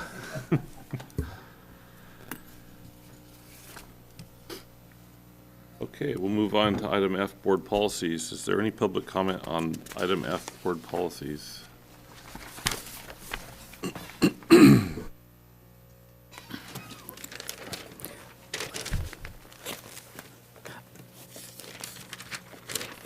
Thank you, Rogelio Delgado, Carpinteria resident. I'll just focus on item number 1, safe environment for students and families, the immigration response.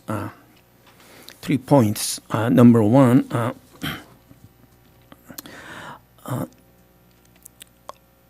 a valid official warrant is not enforced by ICE. It's been shown. Number 2, indeed, school officials can only document an immigration officer's abuse.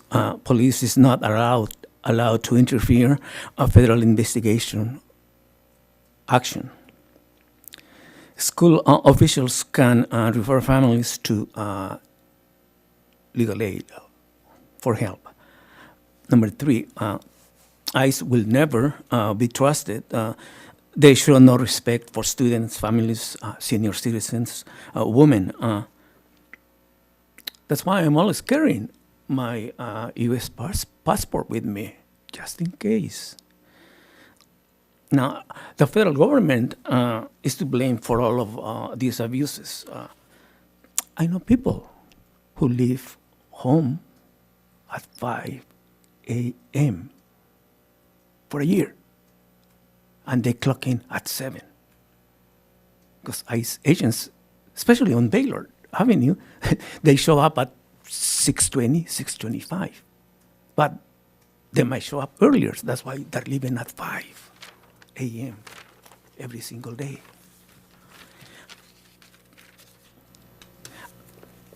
I know of families who live with their children somewhere else, not at the regular home.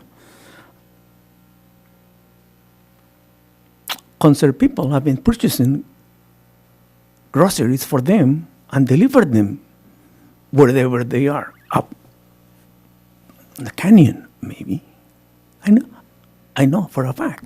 I wouldn't disclose locations of people. Yeah. That's not We- safe. Just anywhere. Let's say far away. And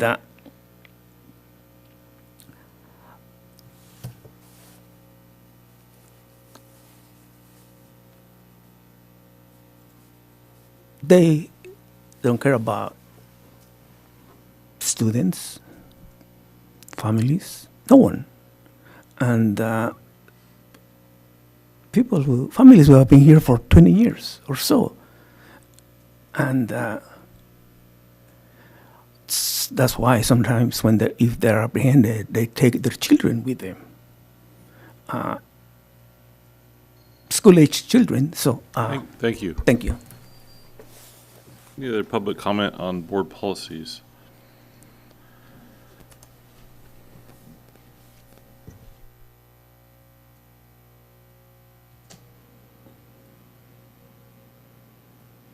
Alrighty, thank you. Board policies. So it is, somewhat ironic that the first board policy being reviewed is BP 1445, the response to immigration enforcement, and CUSD's response to the Attorney General's guidance promoting a safe and secure learning environment for all. As cited in the policy or cited in the description, the new policy and regulation outline the district's responsibilities and limitations, and they relate, quote, to inquiries about citizenship or immigration status, access to student and employee records, and granting access to non-public areas or of district property or transportation. The irony comes especially in light of Superior Court Judge Anderley's recent tentative ruling on case number 25 Charlie Victor 04752, which involves CUSD's unlawful efforts to remove these 3 special ed students who are entitled to services under the Individuals with Disabilities Act. $125,000 later, court documents clearly state that Ms. Rigby and Ms. Pursoon engaged in a campaign of harassment and intimidation against the family, including trespassing on their property, interrogating their landlord and employer, and demanding written confirmations under threat of immigration consequences. There's the nexus. In regard to BP or AR 0450, Comprehensive Safety Plan, we're glad the board is memorializing some of these expectations. Of course, questions remain. How are we going to actually put this into practice? It adds child neglect to the required reporting procedures. It authorizes, if not even requires, a principal to notify a parent guardian if a sexual offense occurs on campus, and we're wondering why that wasn't already in place. It also expands the definition of a violent crime. And it would be good to know how our board officials understand the value of that new definition. Hopefully after this comment, you would clarify. In January, when Superintendent Rigby announced changes pertaining to BPs 411924, 421924, and 431924, maintaining appropriate adult-student interactions, many faculty felt confused by the significant limits placed on teachers' abilities to support kids and develop positive relationships during opportunities of the students' choosing. Not wanting to run afoul of the new policy and concerned that such broad expectations could be interpreted to misconstrue or malign the wide variety of positive, routine, safe, and healthy interactions faculty and support staff have with students, formal requests for clarification were submitted. Months later, employees are surprised that neither Ms. Rigby nor Ms. Pursoon have responded beyond resending the same policy at the center of the confusion. Employees are looking for answers on this. We want to maintain relationships with kids. Thank you. And that response is not leadership. Thank you. Okay, start with item 1, new board policy and administrative regulation 1445, Response to Immigration Enforcement, second reading. And I will read the proposed policy. Governing Board is committed to the success of all students and to providing a safe and welcoming place for students, their families, staff, irrespective of their citizenship or immigration status. Unless required by state or federal law, required to administer a state or federally supported education program, or presented with a valid judicial subpoena, judicial warrant, or court order, district staff shall not do any of the following. So, 1, solicit or collect information or documents regarding the citizenship or immigration status of a student or student's family members. 2, seek or require information or documents to the exclusion of other permissible information or documents regarding the citizenship or immigration status of a student or the student's family members. 3, to the extent practicable, disclose or provide in writing, verbally, or in any other manner to an officer or employee of an agency conducting immigration enforcement, A, the education records of or any information about a student or student's family or household, such as personal information as defined in Civil Codes 1798.3, information about a student's home, or information about a student's travel schedule without parent-guardian written consent. B, personal records of any district employee, personal information of any district employee as defined in Civil Code Section 1798.3, or any other confidential employee information. 4, grant permission to an officer or employee of an agency conducting immigration enforcement to enter a school bus or any other transportation provided by the district and not a non-public area of any district property or facility, or a non-public area where any district-sponsored program or activity is occurring.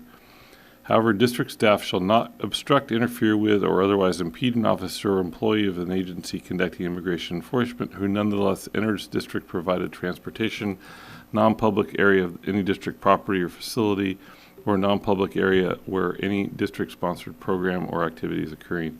The superintendent or designee shall report to the board in a timely manner any requests by an officer or employee of an agency conducting immigration enforcement for any of the following: education records of or any information about a student or student's family or household, personnel records of any district employee, personal information or any district employee is defined in Civil Code Section 1798.3, or any other confidential employee information. 3, permission to enter a school bus or any other transportation provided by the district, non-public area of any district property or facility, or non-public area where any district-sponsored program or activity is occurring. Such reports shall be provided in a manner that ensures the confidentiality and privacy of any potentially identified information. In accordance with law, Board Policy 0410, non-discrimination in district programs and activities, and Board Policy 5145.3, non-discrimination harassment, no student shall be denied equal rights and opportunities nor be subjected to unlawful discrimination, harassment, intimidation, or bullying in the district's programs and activities on the basis of a student's or family's immigration status or the refusal to provide information related to the student or family's immigration status. Whew. Oh, you did? Yeah. Oh, not the whole thing. Okay. The summary, okay. It's on the agenda. All right. I misunderstood That's you. all right. I knew you did once you started. Okay, this carries on for another couple paragraphs. I'll just finish. I'm almost done.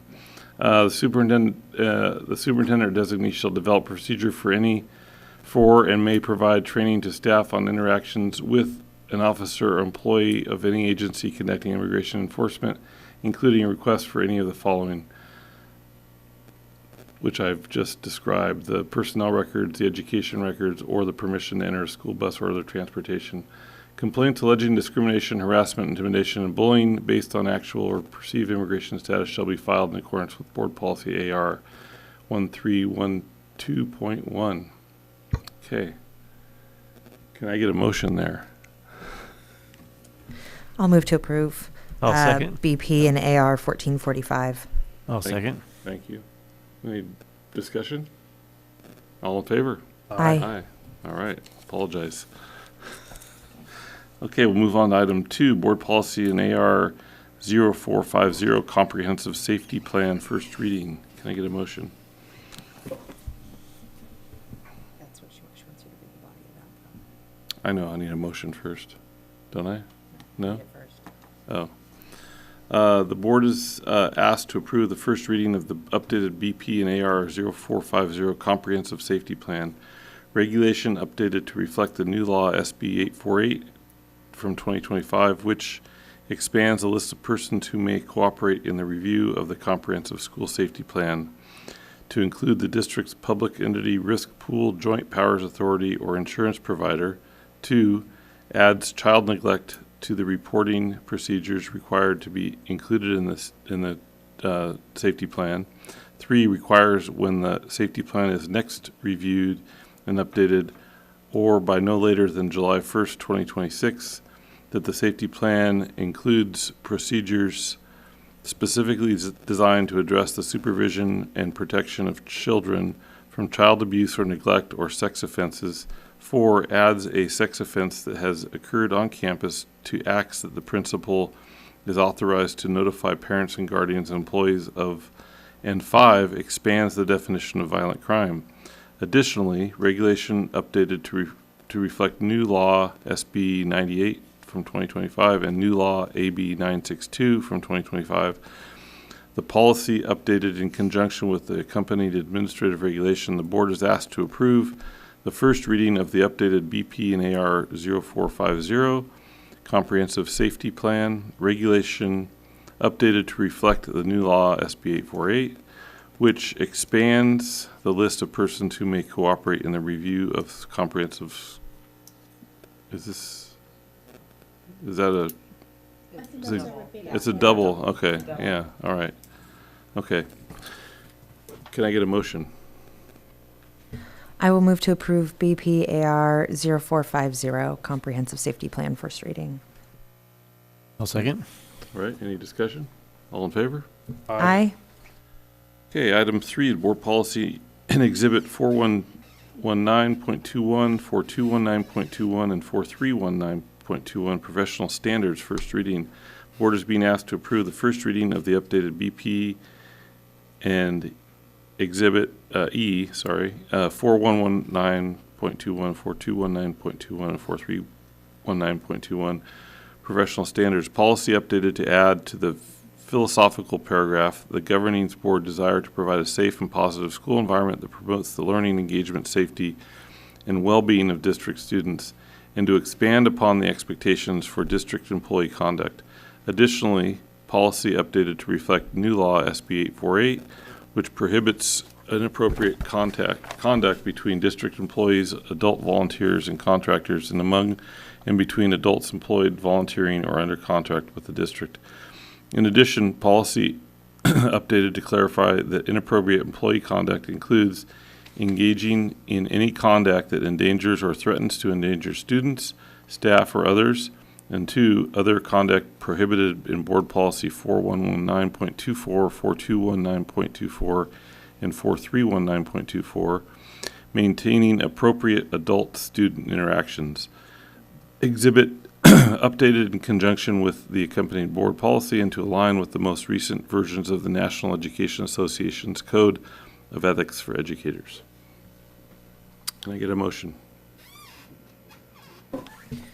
I move to approve BP and Exhibit 4119.21, 4219.21, and 4319.21 professional standards first reading. I'll second. Any discussion? All in favor? Aye. Aye. Okay, number 4, board policy 4119.24, 4219.24, and 4319.24. Board is being asked to approve the first reading of the updated board policies, maintaining appropriate adult-student interaction. Policy updated to add that for purposes of this policy, employees include interns, volunteers, contractors, and other persons with an employment relationship with the district. Additionally, policy updated to add to the philosophical paragraph the governing board's desire to provide a safe environment that promotes learning, engagement, and safety of district students. In addition, policy updated to reflect new law SB 848, which prohibits inappropriate conduct between district employees and students and expands the list of inappropriate employee conduct. Policy also updated to add new section related to the violations of this policy. Can I get a motion? I move to approve Board Policy 4119.24, 4219.24, and 4319.24, maintaining appropriate adult-student interactions, first reading. I'll second. All right, any discussion? All in favor? Aye. Aye. Okay, number 5, Board Policy and AR Regulation 5125, Student Records. Board is being asked to approve the first reading of this Board Policy and AR Student Records Policy updated to provide that an individual's immigration status may only be disclosed in accordance with the Board Policy AR 1445, Response to Immigration Enforcement, with applicable material from this policy moved to and already contained within the BPAR 1445 regulation, updated to define district officials and employees, and for accuracy to use the term rather than school officials and employees. Additionally, regulation updated to reference new law AB 495. Can I get a motion? I move to approve BPAR 5125 student records, first reading. Can I get a second? Second? Any discussion? All in favor? Aye. Okay, item 6, Board Policy and Administrative Regulation and Exhibit 5125.1, Release of Directory Information. We're being asked to approve the first reading of this updated BP and AR Regulation and Exhibit,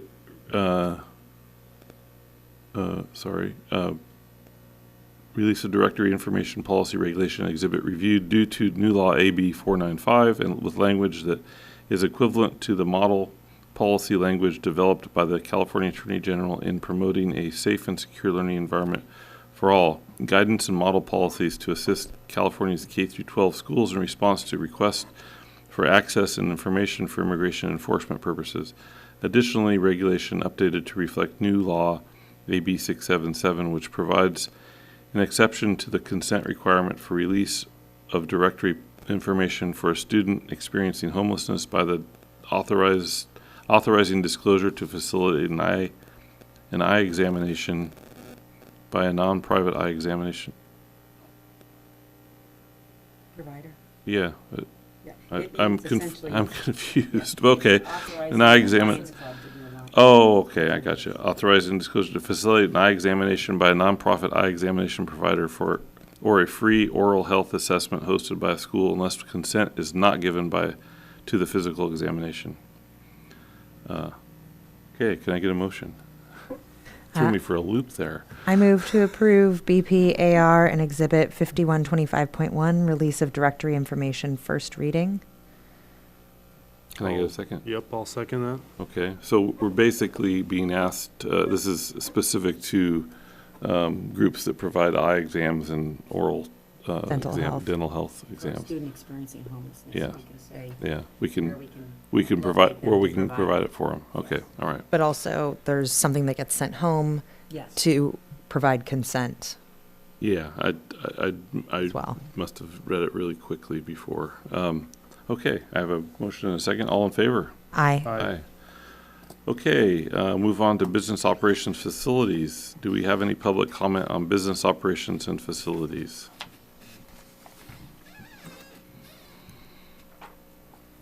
Thank you, Rogelio Delgado, Carpinteria resident.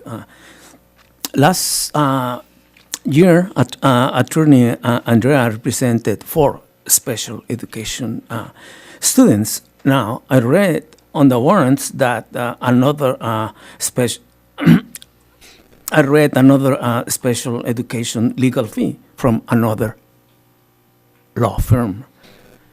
The school district is responsible for any mistreatment of special education students, the most vulnerable students in the district. Please treat them as special. Thank you.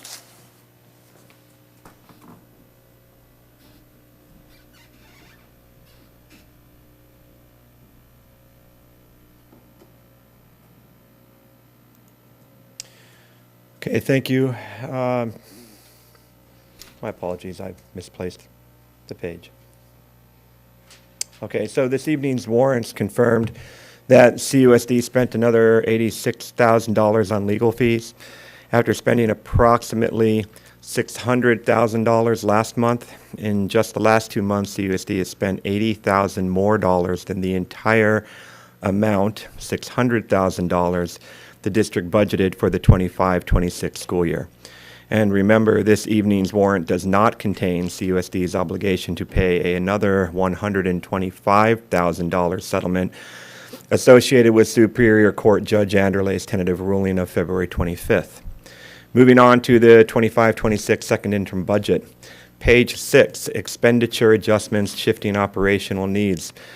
The slide does not clarify what underlies the positive $69,000 of increased salary costs. While investments in certificated teacher salaries are down and classified instructional salaries are down, certificated supervisors and administrative salaries are up, classified supervisors and administrative salaries are up, and classified admin support salaries are up.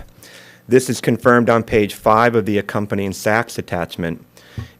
Could this be why CUSD is not transparently sharing the administrative salary data costs in the consent agenda? Also on page 6, regarding services and operating expenses, meaning legal fees, CUSD is significantly up, having already exceeded its legal costs for the 25-26 budget year by approximately $213,000, and we're just halfway through the year. And while spending more on admin salaries and legal fees, CUSD has invested over $57,000 less on materials and supplies and invested over $77,000 less on infrastructure investments. All this tucked under the theme expenditure adjustments, shifting operational needs. On page 7, although our total revenue variance has helped to positively offset these increased expenditures, the net increase to the fund balance after transfers in from other pots of money does not accurately clarify how much CUSD is increasing costs in all the areas except resources for students, to include those who work directly with students and families. On page 9, it clarifies spring, we call fear-mongering ritual, and it clarifies it was a farce as CUSD peddled justifications for healthcare clawbacks and minuscule salary increases. Just 8 months later, CUSD projects its reserves to climb to 5 times above the minimum state mandates. Once again, the district budget does not include any planning or prioritization of employees' salary schedule increases. Your time is up. Thank you.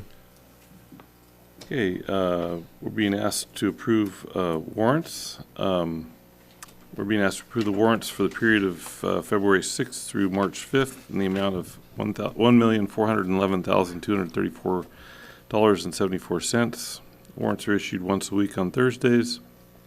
The report format shows check number, check date, payee, brief account description, payment comment, and check amount. May I get a motion, please? Move to approve the warrants. I'll second. Any discussion? All in favor? Aye. Aye. Okay, gifts, grants, and donations.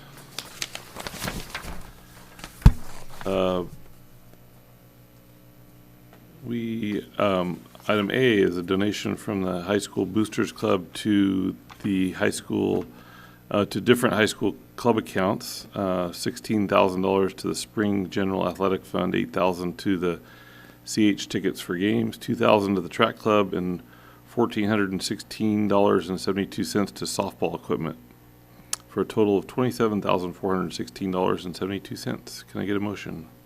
Move to approve. I'll second. Thank you, boosters. All in favor? Aye. Aye.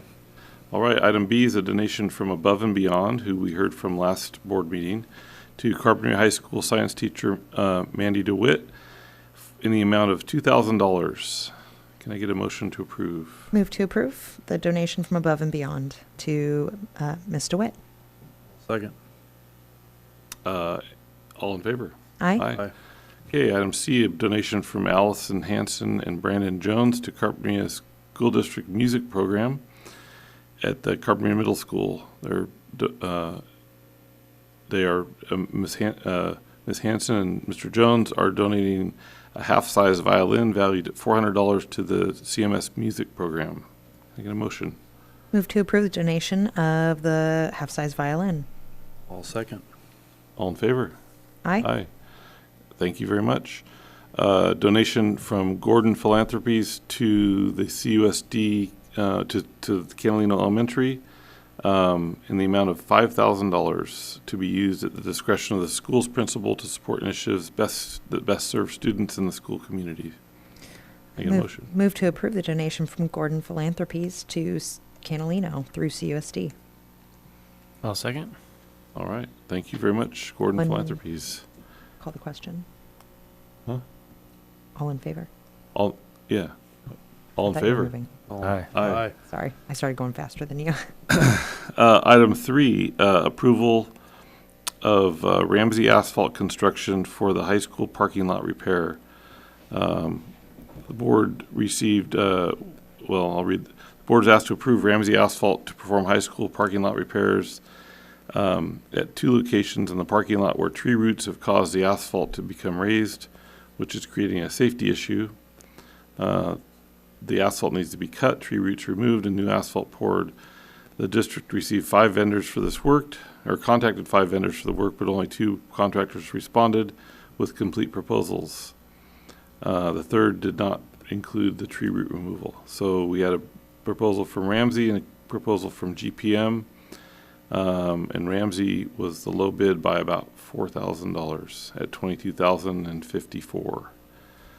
So we're being asked to approve the bid of $22,054 paid for with deferred maintenance. Can I get a motion? Move to approve Ramsey Asphalt for parking lot repair. I'll second. Any discussion? All in favor? Aye. Okay, item 4 is approval of Western Materials for the high school baseball and softball rehabilitations, infield mixes. The board, it's a special infield mix of dirt and decomposed granite to replenish the infield of the high school baseball and softball diamonds. Board district contacted 3 vendors, and Western Materials was low, the very close bids, $6,595, $6,750, and $8,900. Western Materials being the low at $6,595.86. We're being asked to pay to approve this, and it will be paid for with routine restricted maintenance funds. Can I get a motion? Move to approve Western Materials for the high school baseball and softball diamond infield mix. I'll second. All right, all in favor? Aye. Okay, item 5, Culinary Institute of America training for the Food Services Department. Board is being asked to approve the participation of the Food Services Department in professional culinary training at the Culinary Institute of America.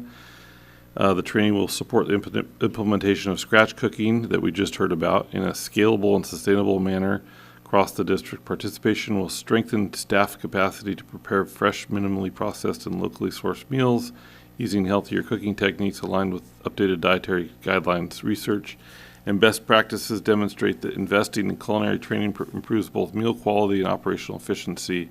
Training will be held from June 23rd through the 25th of this year in San Antonio, Texas. The cost of $32,398.18 will be paid with restricted KIT grant funding. Can I get a motion? Move to approve CIA training for our Food Services Department. I'll second. Any discussion? Very exciting. It is. It's great. It's a very good team building too. All in favor? Aye. Aye. Okay, item 6 is a purchase of a double-stacked oven with KIT grant funded. The board is being asked to approve the purchase of a new double-stacked oven to support our mission of providing more healthy scratch-cooked meals for our students. The current oven has been in use for many years, is outdated, and no longer functions properly, causing cooking delays and creating potential workplace safety hazards. Replacing it will improve efficiency, enhance food and nutrition quality, and provide a safer working environment. The investment will benefit the entire district by strengthening our nutrition program and better serving our students. We had 3 quotes, and Action Sales was the low bid at $45,523.85. And this will be paid for with restricted KIT grant funding. Can I get a motion? to approve? Move to approve the purchase of the double stack oven. All right. Can I get a second? I'll second. All in favor? Aye. All right, on number 7 is is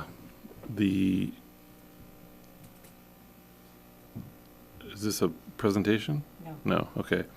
The board is being asked to approve the 25-26 Carpinteria Unified School District Transportation Plan under the new state law. California Education Code Section 39800.1 requires that school districts develop a transportation services plan.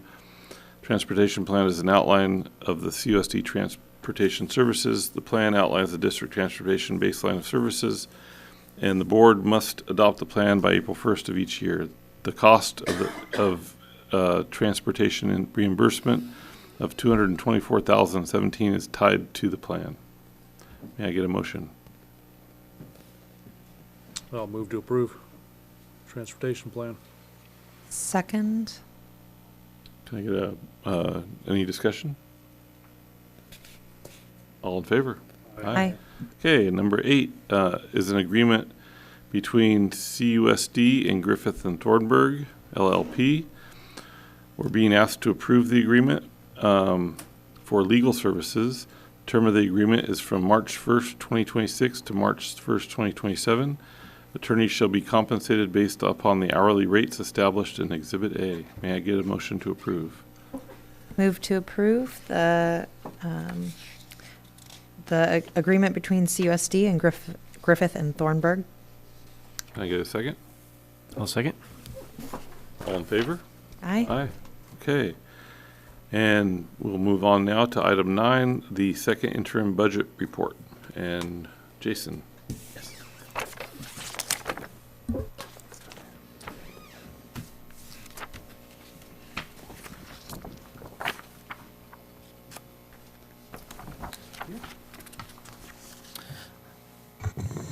Okay, so tonight we'll be reviewing the 25-26 second interim.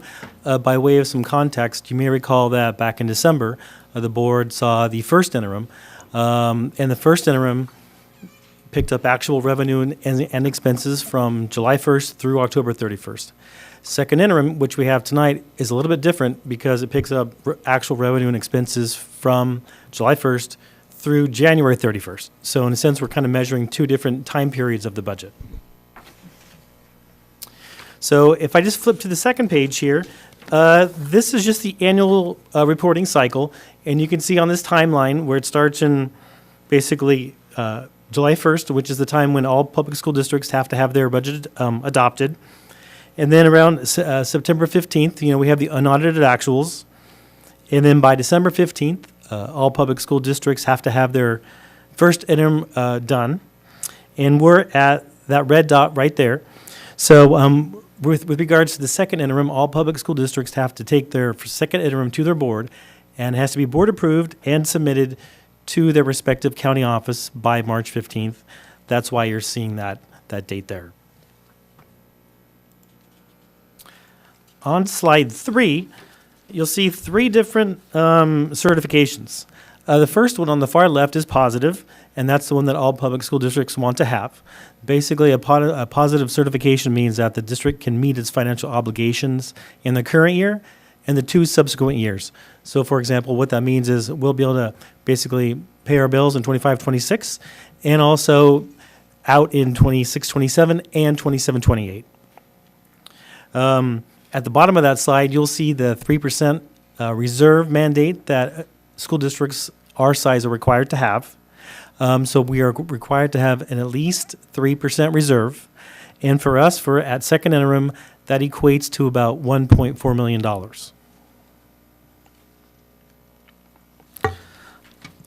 On the next slide, entitled Economic Foundation Consistent Property Tax Growth, here we see a bar graph of basically our property tax growth going from 1920 through 26-27.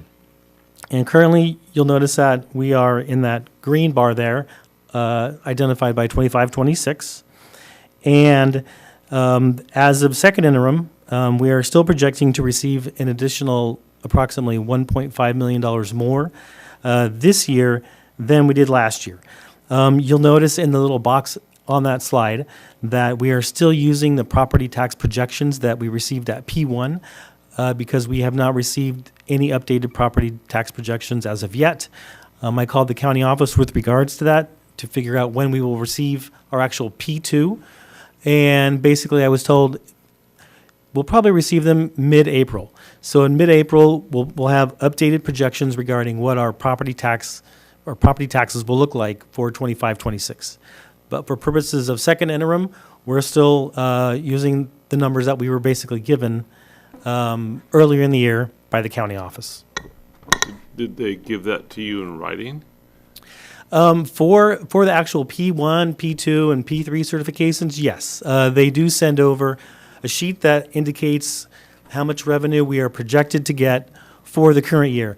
Unfortunately, they don't do that for the future years. So, for example, we don't receive anything from the county office now that would tell us theoretically what our property tax projections would be 26, 27, or 27, 28.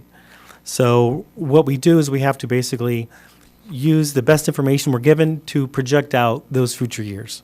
But with regards to your question for P1 there, yes, the county office does give us information for P1. We got that around, I think, October or so. And so for P2, we'll get updated property tax projections for this year, but we'll get those most likely in mid-April. Okay, but they won't tell you how they develop their budgets?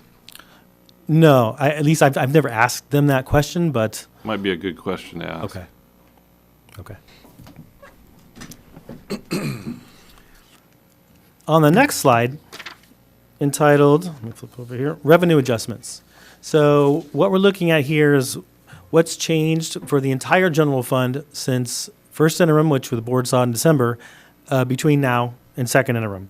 So you'll notice there in the basic 4 boxes, our state aid has changed a little bit, not really that much at all.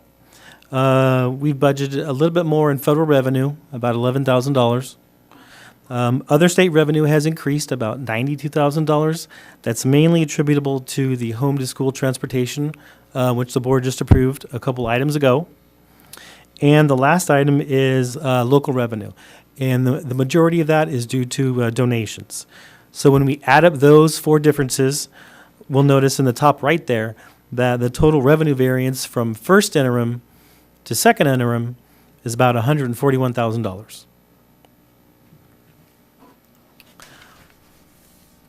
The slide behind that, the next slide, is entitled Expenditure Adjustments Shifting Operational Needs. And on here, on this slide, we're looking at the expenditures difference from first interim to second interim. So first, the first box there, you'll notice it's salaries. So we had an increase in salaries of about $69,000. There's an increase in services and operations of about $213,000. We have a decrease in materials and supplies of about $57,000 and a decrease in capital outlay of about $77,000. So when we net out those 4 changes right there, the total expenditure variance is about $147,000. So what that's saying is at second interim, we're seeing about $147,000 more in expenses than we saw at first interim. But all in all, if we look at the previous slide, we saw that our revenue went up about $141,000 on the previous slide, but that our expenditures have gone up as well. And once again, I'd just like to add that having changes in budgets is natural. As situations change, you should revise your budget. Otherwise, you're working with a plan that's outdated. So budgets should be updated, on a weekly basis, on a monthly basis at least. So that way you can basically tailor the budget to what expenditures you're going to have and what revenues you're going to receive. So to me, it's not unusual at all to have any variances between first interim and second interim.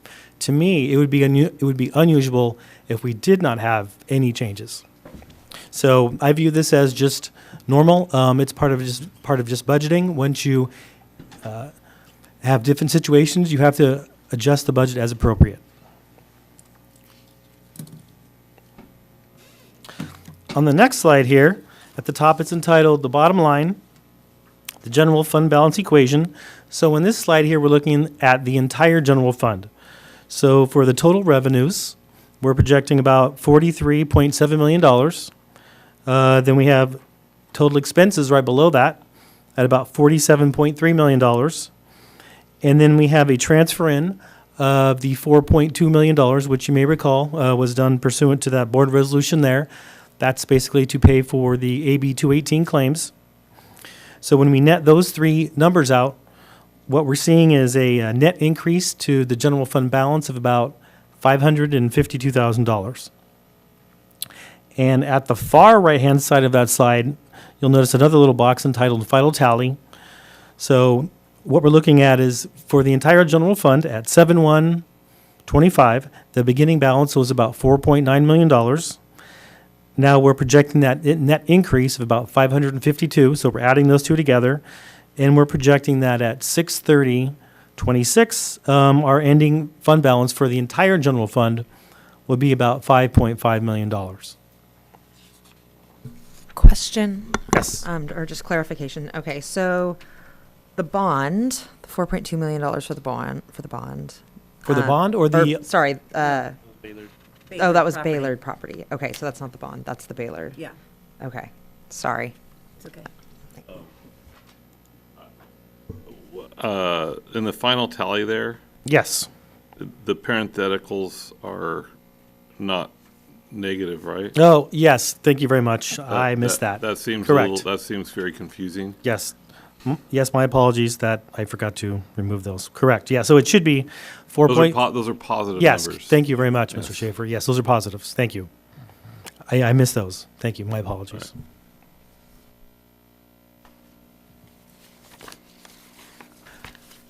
Okay, so if I go to the next slide here, entitled Fund Breakdown, on the left-hand side, you'll see a box titled Unrestricted Ending Fund Balance, and on the right-hand side of the slide, you'll see a box titled Restricted Ending Fund Balance.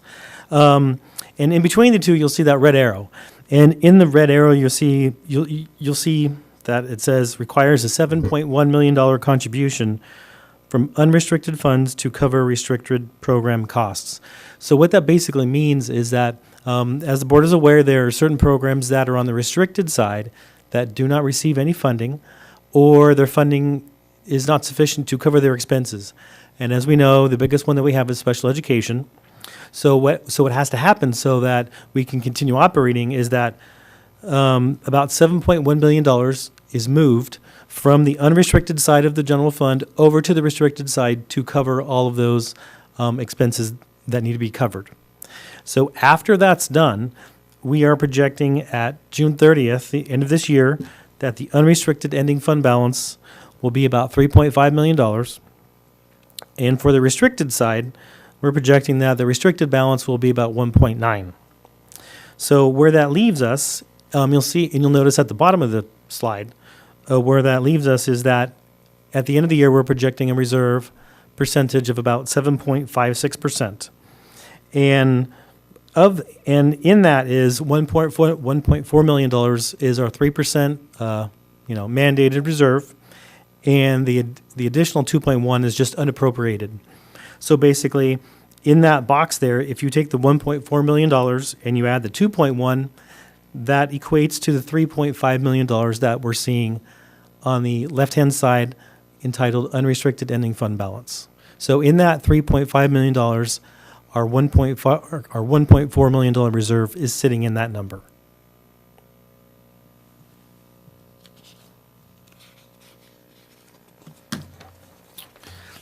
I'm going to flip ahead to the next slide entitled Looking Ahead, Multi-Year Projections. So on this slide here, we are looking at the general fund reserve balance and where we're projecting it to go in the future, in the next couple years. So you'll see on the far left-hand side, at 25-26, we're projecting an ending fund balance of about 5.5 million, which we just covered in the previous slide, and that equates to about a 7.56 reserve. In 26-27, we're projecting a general fund reserve balance of about 12.42. And in the third year out, 27-28, we're projecting about a 15.87 reserve balance. Now, with regards to 26, 27, and 27, 28, I do want to throw in my standard caveat in that we have not, concluded negotiations for those years. So when that actually does happen, those numbers will likely drop because right now they do not reflect any additional increases for negotiations because those have not been concluded. So, but when those are finished, those numbers will likely drop because we'll have to figure in what the actual salary increases would be. Secondly, a change I want to highlight here is that for 26, 27, and 27, 28, last week I spoke with somebody at the county assessor's office regarding our 26, 27 property tax projections and what that looked like percentage-wise for us. And basically I was told, the numbers that they had were still very preliminary, but that it could come in around 3.2%. It could creep up to about 3.5, but probably not more than 4. So as you may recall, at first interim, we were projecting 5% increase for those 2 out years, but given this new information, we've pulled that back down from 5, and now we've included 4% increase for 26, 27, and 27, 28. If we get additional information that changes those, the range that we've given, I will go back and I will revise these projections and bring it back to the board at that time. But unfortunately, when budgeting, especially when budgeting into the future, as I've mentioned before, nobody has a crystal ball, so we kind of go off the best information that we have, and make changes when it's necessary. So, given what we learned from the county assessor's office, we brought our projections down 1% for 26, 27, and 27, 28.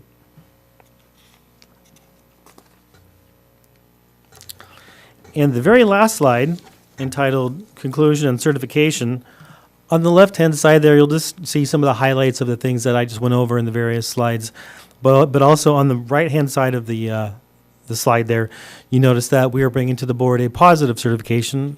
And once again, that's the best type that you want because what that means is that based on your financials, you're able to pay all of your financial obligations in the current year and the 2 subsequent years. So a positive certification is what we're bringing to the board tonight for second interim. And with that, I would like to open it up to the board for any questions. Anybody have questions? On the next one, it would just be really helpful, and maybe, I don't know if you have it now, but typically we include what the cost of a 1% raise is. That way, that number is there, and people can do math and figure out from there what the cost associated would be. And it's just also indicative. I mean, I'm sure it's just a template thing because it's also a new template, but it's just, you put in the statement, this doesn't reflect that because it hasn't been negotiated yet. So we can't say what beyond it would be, but at least it's showing hey, this is what that is, and we intend to move forward with this. Okay, yes. It's about $200,000. About $200,000. 1% Yes. is $200,000. Yes. And I can do that. We'll add it. Salary. Comment. And it's also nice to see what the health insurance increase is as well. For next year. Yes. At 2%. Okay, but I mean, it just to have that out there, so people can see it. Okay. Yeah. Anybody else? Okay, we're being asked to approve this second interim report per AB 1200. So can I get a motion? Move to approve, second interim. I'll second. Any discussion? All in favor? Aye.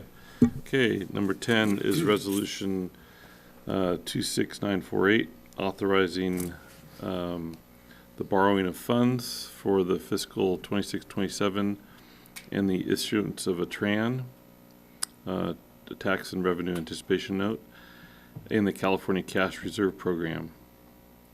Can I get a motion to approve? I'll move to approve. I'll second. go ahead. Second? Okay. Any discussion? All in favor? Aye. Resolution. Oh, sorry, it's a resolution. A roll call. Aaron, Aye. Andy, Aye. Jamie, Aye. and I'm aye. All right, thank you. Okay, move on to item H, personnel. Do we have any public comment on personnel?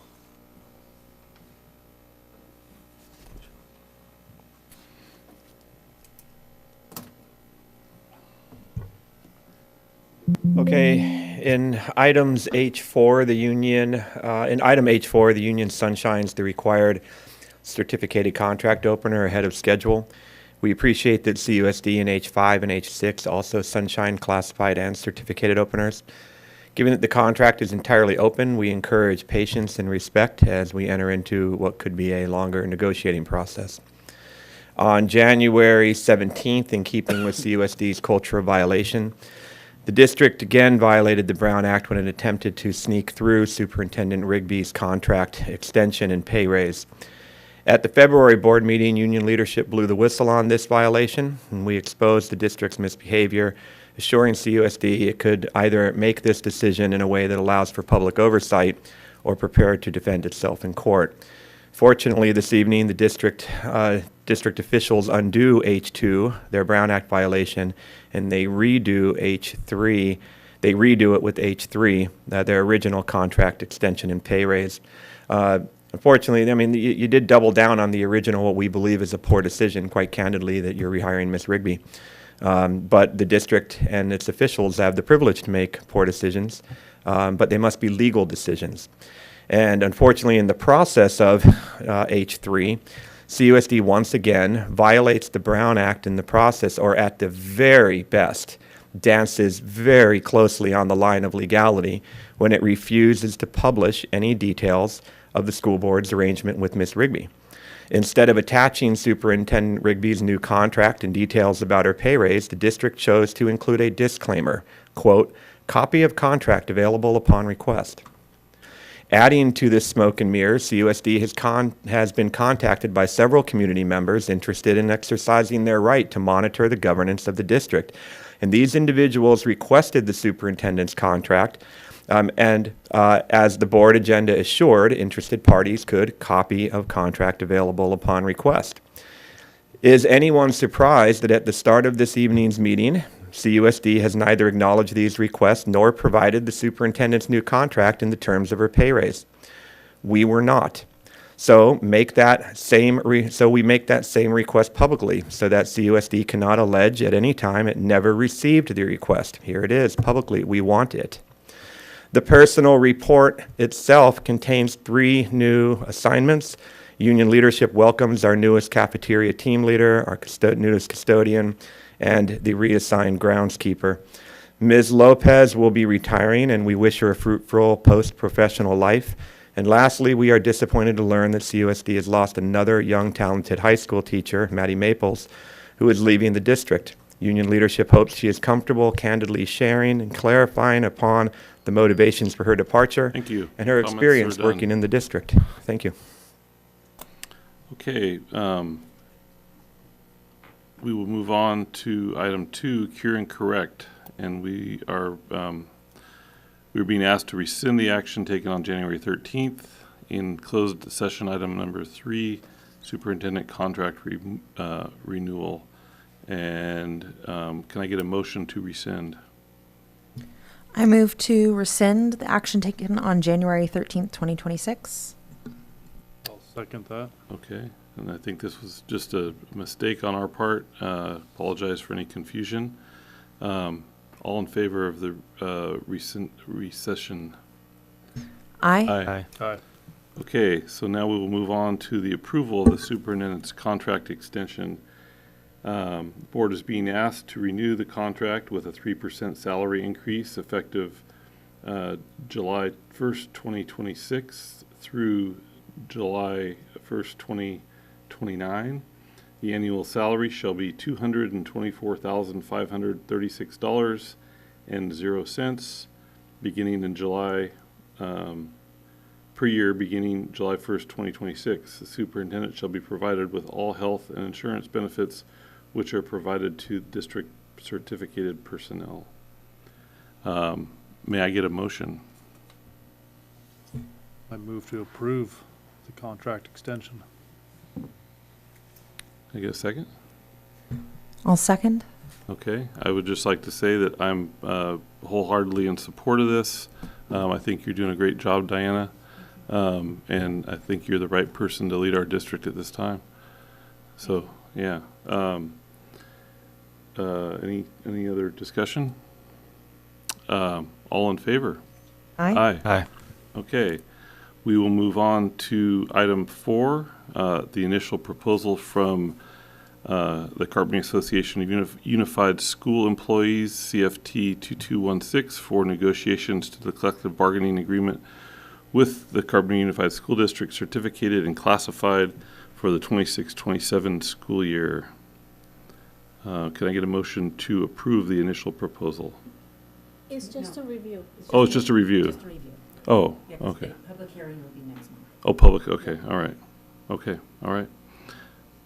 So no action. No action. All right. So number 5 is an initial proposal from the Carpinteria Unified School District to cause certificated, local 22. Hold on a second. What's that? So what was submitted, what was sunshined, was only certificated, not certificated and classified. So we were confused because at the top. mentioned both. Oh, it does sit at the bottom say, therefore, when possible. When possible, but it is So it was possible, so that's what we added. So what was the intention? The intention was to sunshine certificated openers. At the very top, Okay. it's very Yep. clearly Okay, thank you. labeled, and in Yep. the email it's also. Okay, we'll, So we removed the classified? So Okay, so. we need to walk, Let me- well, we didn't, there was nothing to approve, me, but we need to amend, just note that this was strictly for certificated.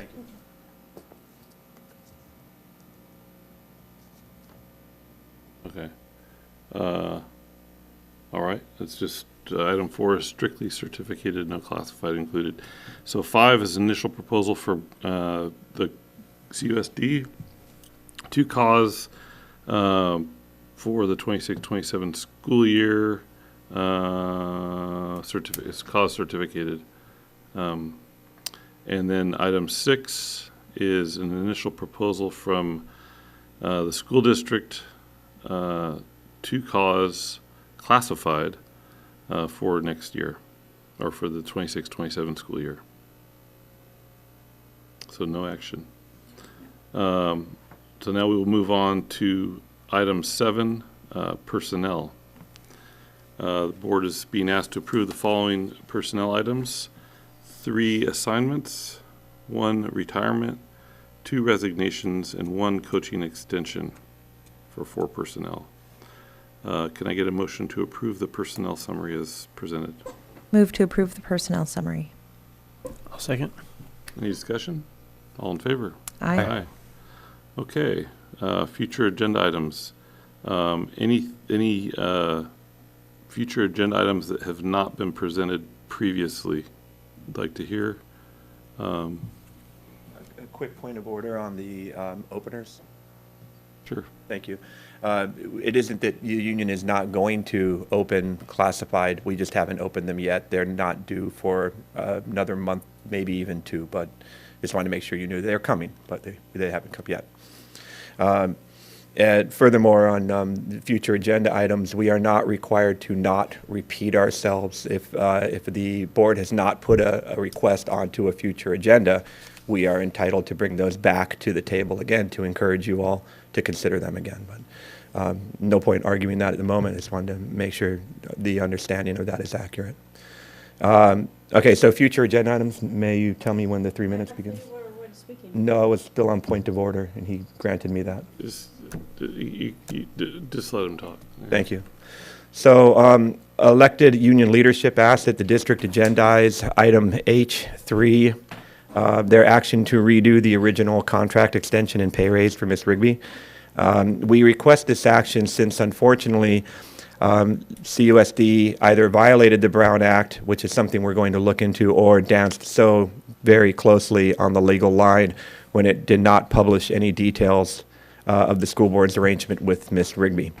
In light of the district's decision not to include the new contract or contract details pertaining to the superintendent's contract and pay raise, and instead include a disclaimer, quote, copy of contract available upon request, Union leadership not only publicly requests said documents, we also believe that members of the public are entitled to that data before the matter is officially closed on any board agenda.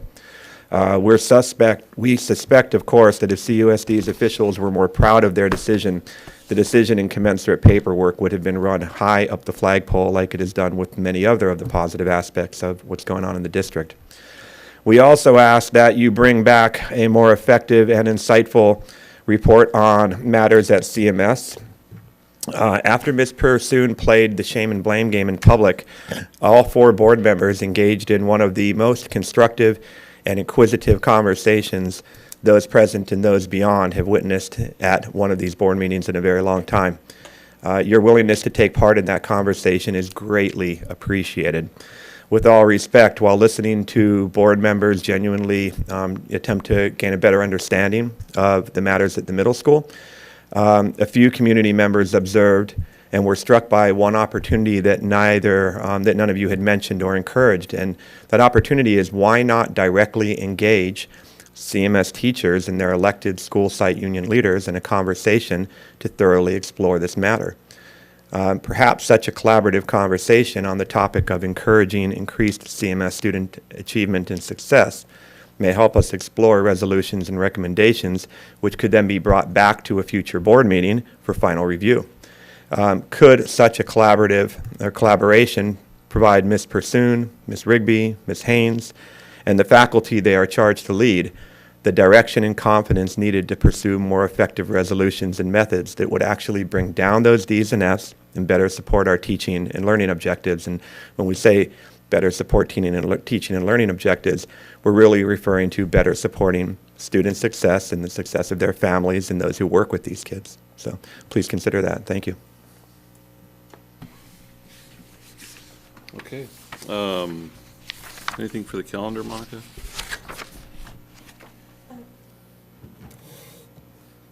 No, I will be sending you an email for a special board meeting. Okay. All right. Any board announcements? Okay. We're adjourned. Thank you. Thank you.